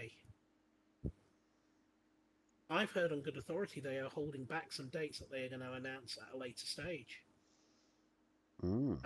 as they want to see what the demand is like for it. And I have absolutely no doubt that these tickets are going to sell out. Oh, absolutely. But I would not be surprised if they do extra dates. You know, there is a gap in the schedule for a Glastonbury date. Yeah. Heck, I would even be prepared to go to and I'm not a big fan of music festivals, but for Oasis to do Glastonbury, my God, to see Oasis in Heaton Park, my God, to see them at Wembley, my God. I'm I even know. tempted. I'm even tempted to go to the Cardiff date simply because it's the first date on the schedule. Yeah, Because I can't wait that long to be able to see them in their first concert back together. This is incredible. it Honestly, is. this is incredible. There's an article that I sent you over which talks about obviously Oasis and the Manchester culture and their association with football. Now, obviously, as you will know, and much to my liking, Oasis are massive Manchester City fans. But there is something about Oasis that even connects both City and United fans around them. Absolutely.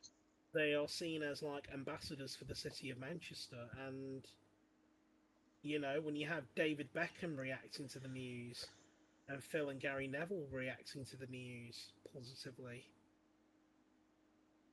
you're going to have all sorts of people come out for this. You're going to have celebrities come out for this. Mm.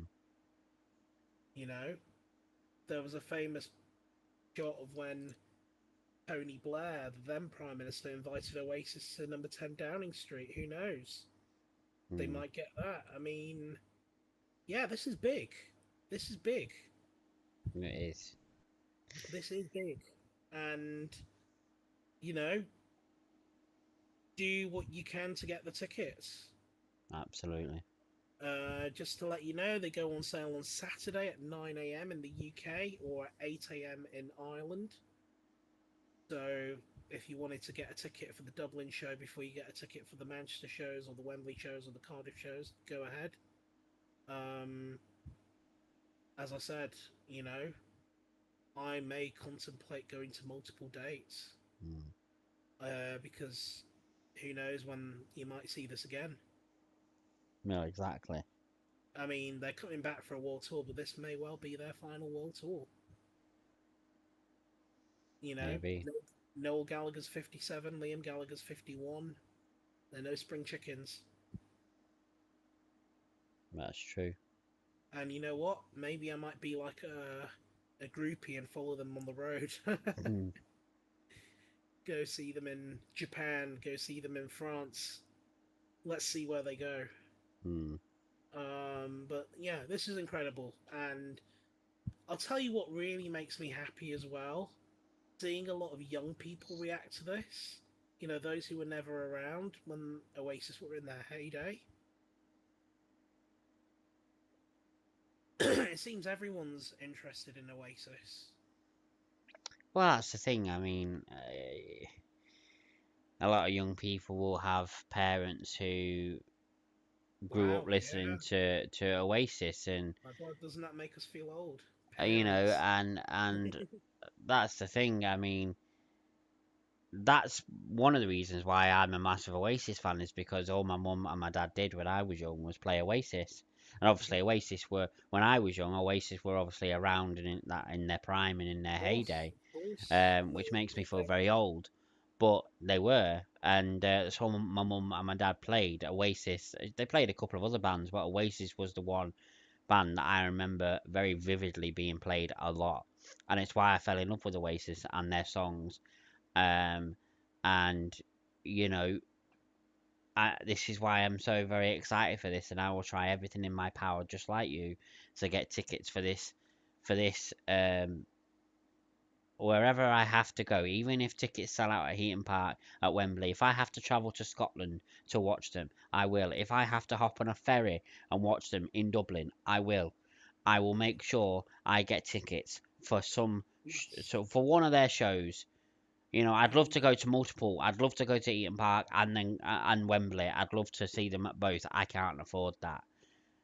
Um, you but must go and see them. You but must go and I see them. must go and see them. I will try my hardest to get tickets for the show. I mean, I am. Any Yeah, go on. I am in work on Saturday, but I will make sure that I am on my phone at 9 o'clock to try and get these tickets, 100%. This will be the event of the year, possibly the decade. Mm. You know, I'll be honest with you. Even with the rumors, it was still this was like a hell freezing over moment Oh, when you can see yeah. the animosity between the two of them. Mm. You know, I wasn't joking when I said they literally felt like they wanted to kill each other. Mm. That's how much they hated each other. Even when they would go to city games, they would sit at opposite ends of the stadium. They absolutely hated each other. Even at the Champions League, I mean, Noel Gallagher wasn't at the Champions League final; he was in California. But at the 2021 final, they sat at opposite ends because they absolutely did. At the 2011 FA Cup final, they sat at opposite ends of the stadium. You know, this was like really a hell freezing over I don't moment. know what has happened to make them put their differences to the side. I don't know who's managed to convince them to do that. I have no idea. Whoever it is, you're a fucking genius. And indeed, Um, I was even, I was even um,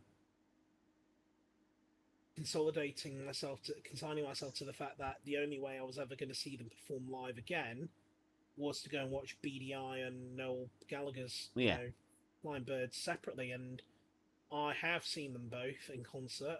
Admittedly, I think it was at the closing ceremony of either the Olympics or the Paralympics. And again, they didn't perform at the same time; they performed separately. You know, they are great musicians. They are a great band. They are, you know, you can't talk about a place like Manchester and not mention Oasis.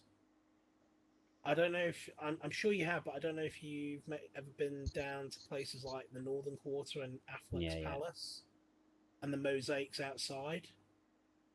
You know, it's always somewhere I like going to because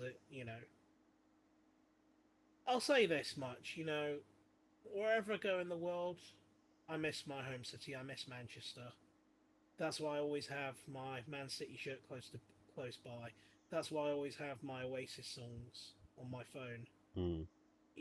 Wherever I go in the world, even when I was in America or in Japan or places like Israel, you know, even in Paris, Don't Look Back in Anger would be on my playlist. I mean, of course, "Don't Look Back in Anger" is the anthem of Manchester. It is, It's and it. indeed, if you want to kind of underline just how serious the animosity was, Noel Gallagher refused to even perform at the One Love concert, the tribute to the victims of the terrorist attack, because he didn't want to be on the same stage or the same gig as his brother. That's how bad the situation was. That even for that, he couldn't come out. Can you believe that? Mm. Well, this is So, what I'm saying. I don't know who's managed to get them to put that animosity to the side and make them make up, but whoever it is a fucking genius, and they should be well, in charge of um, world affairs. world affairs and stopping the animosity between um, countries at war. Because if they can get the Gallagher brothers back together, then they can do anything. Let's just put it that way. I think you need to put that tagline on social media. We need to find out who these people are and give them a Nobel Peace Prize. Yeah, And absolutely. we need to have them in diplomacy or something. We need their help because we need to know their secret. But here's the thing: I don't want to jinx any of this, but I will not be convinced that they're reuniting until A, I get a hold of my tickets, and B, I'm actually there at the concert and they take to the stage. Mm, Because there's a lot that could happen between now and then. this is true. Well, infamously, before their American tour, they had a massive falling out, and their entire American tour got cancelled. apparently, if you still have unused tickets from that American tour, they're worth a lot of money. I bet. So I don't wish to jinx it. I don't wish to make you or anyone else worried. But we have been here before, where Oasis were on the cusp of doing some big dates, and then their egos got in the way, and it didn't happen. I sincerely hope that's not going to be the case this time. I'm Hopefully sure. not. I'm sure it won't be. But fingers crossed, eh? Fingers crossed. Fingers Um, crossed. and Um, wow, just Noel Gallagher's 57. hmm, 57. So by the time this tour ends, he'll be well on the way to 60. absolutely. I can't wait. No, I can't. I wish they were playing at the Etihad. Um, maybe they will. Maybe they will do a date at the Etihad. It's only justice that they should. I won't be going there. I'm sure you will if it was the only place. No. Really? You expect me to step foot inside the Etihad? Yes. For Oasis. It would have to be desperation. But I don't think you'd even get tickets for that. If they announced Etihad, that'd sell out quicker than I was anywhere else. so lucky to get to watch them at the Etihad. Yeah. That was one of the most memorable moments of my life. I can imagine. I think that's where we're going to wrap it up, guys. We're nearly on the cusp of 4 hours. Jesus. Wow, what a 4 hours it's been, eh? 3:30 in the morning. Yep, I think that's been a good cat. I wish it was Saturday morning already. I want those tickets, man. I think we've had a good catch up there. I don't know when the next stream will be. I don't like giving any dates and stuff like that because I know I don't usually stick to them. So I'll just say that You have Bash in I'll Berlin on sit. Saturday.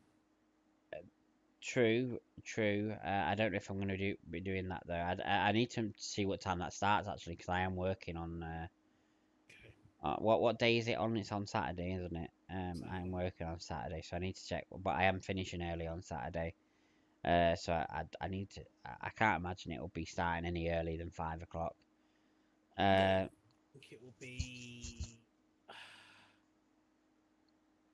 about 7 p.m. our time, 6 p.m. our time. Possibly. I mean, I might do that. I might do that. I'm not going to say 100%. I'm definitely going to do it because I don't want to say that and then I'm not doing it and then people are waiting for it. But I will potentially see you on Saturday. That's all I'll say.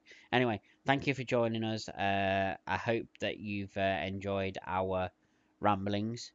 And I'm sure we'll speak to you again soon on stream. Very soon. The best, Bye everyone, and good bye. night.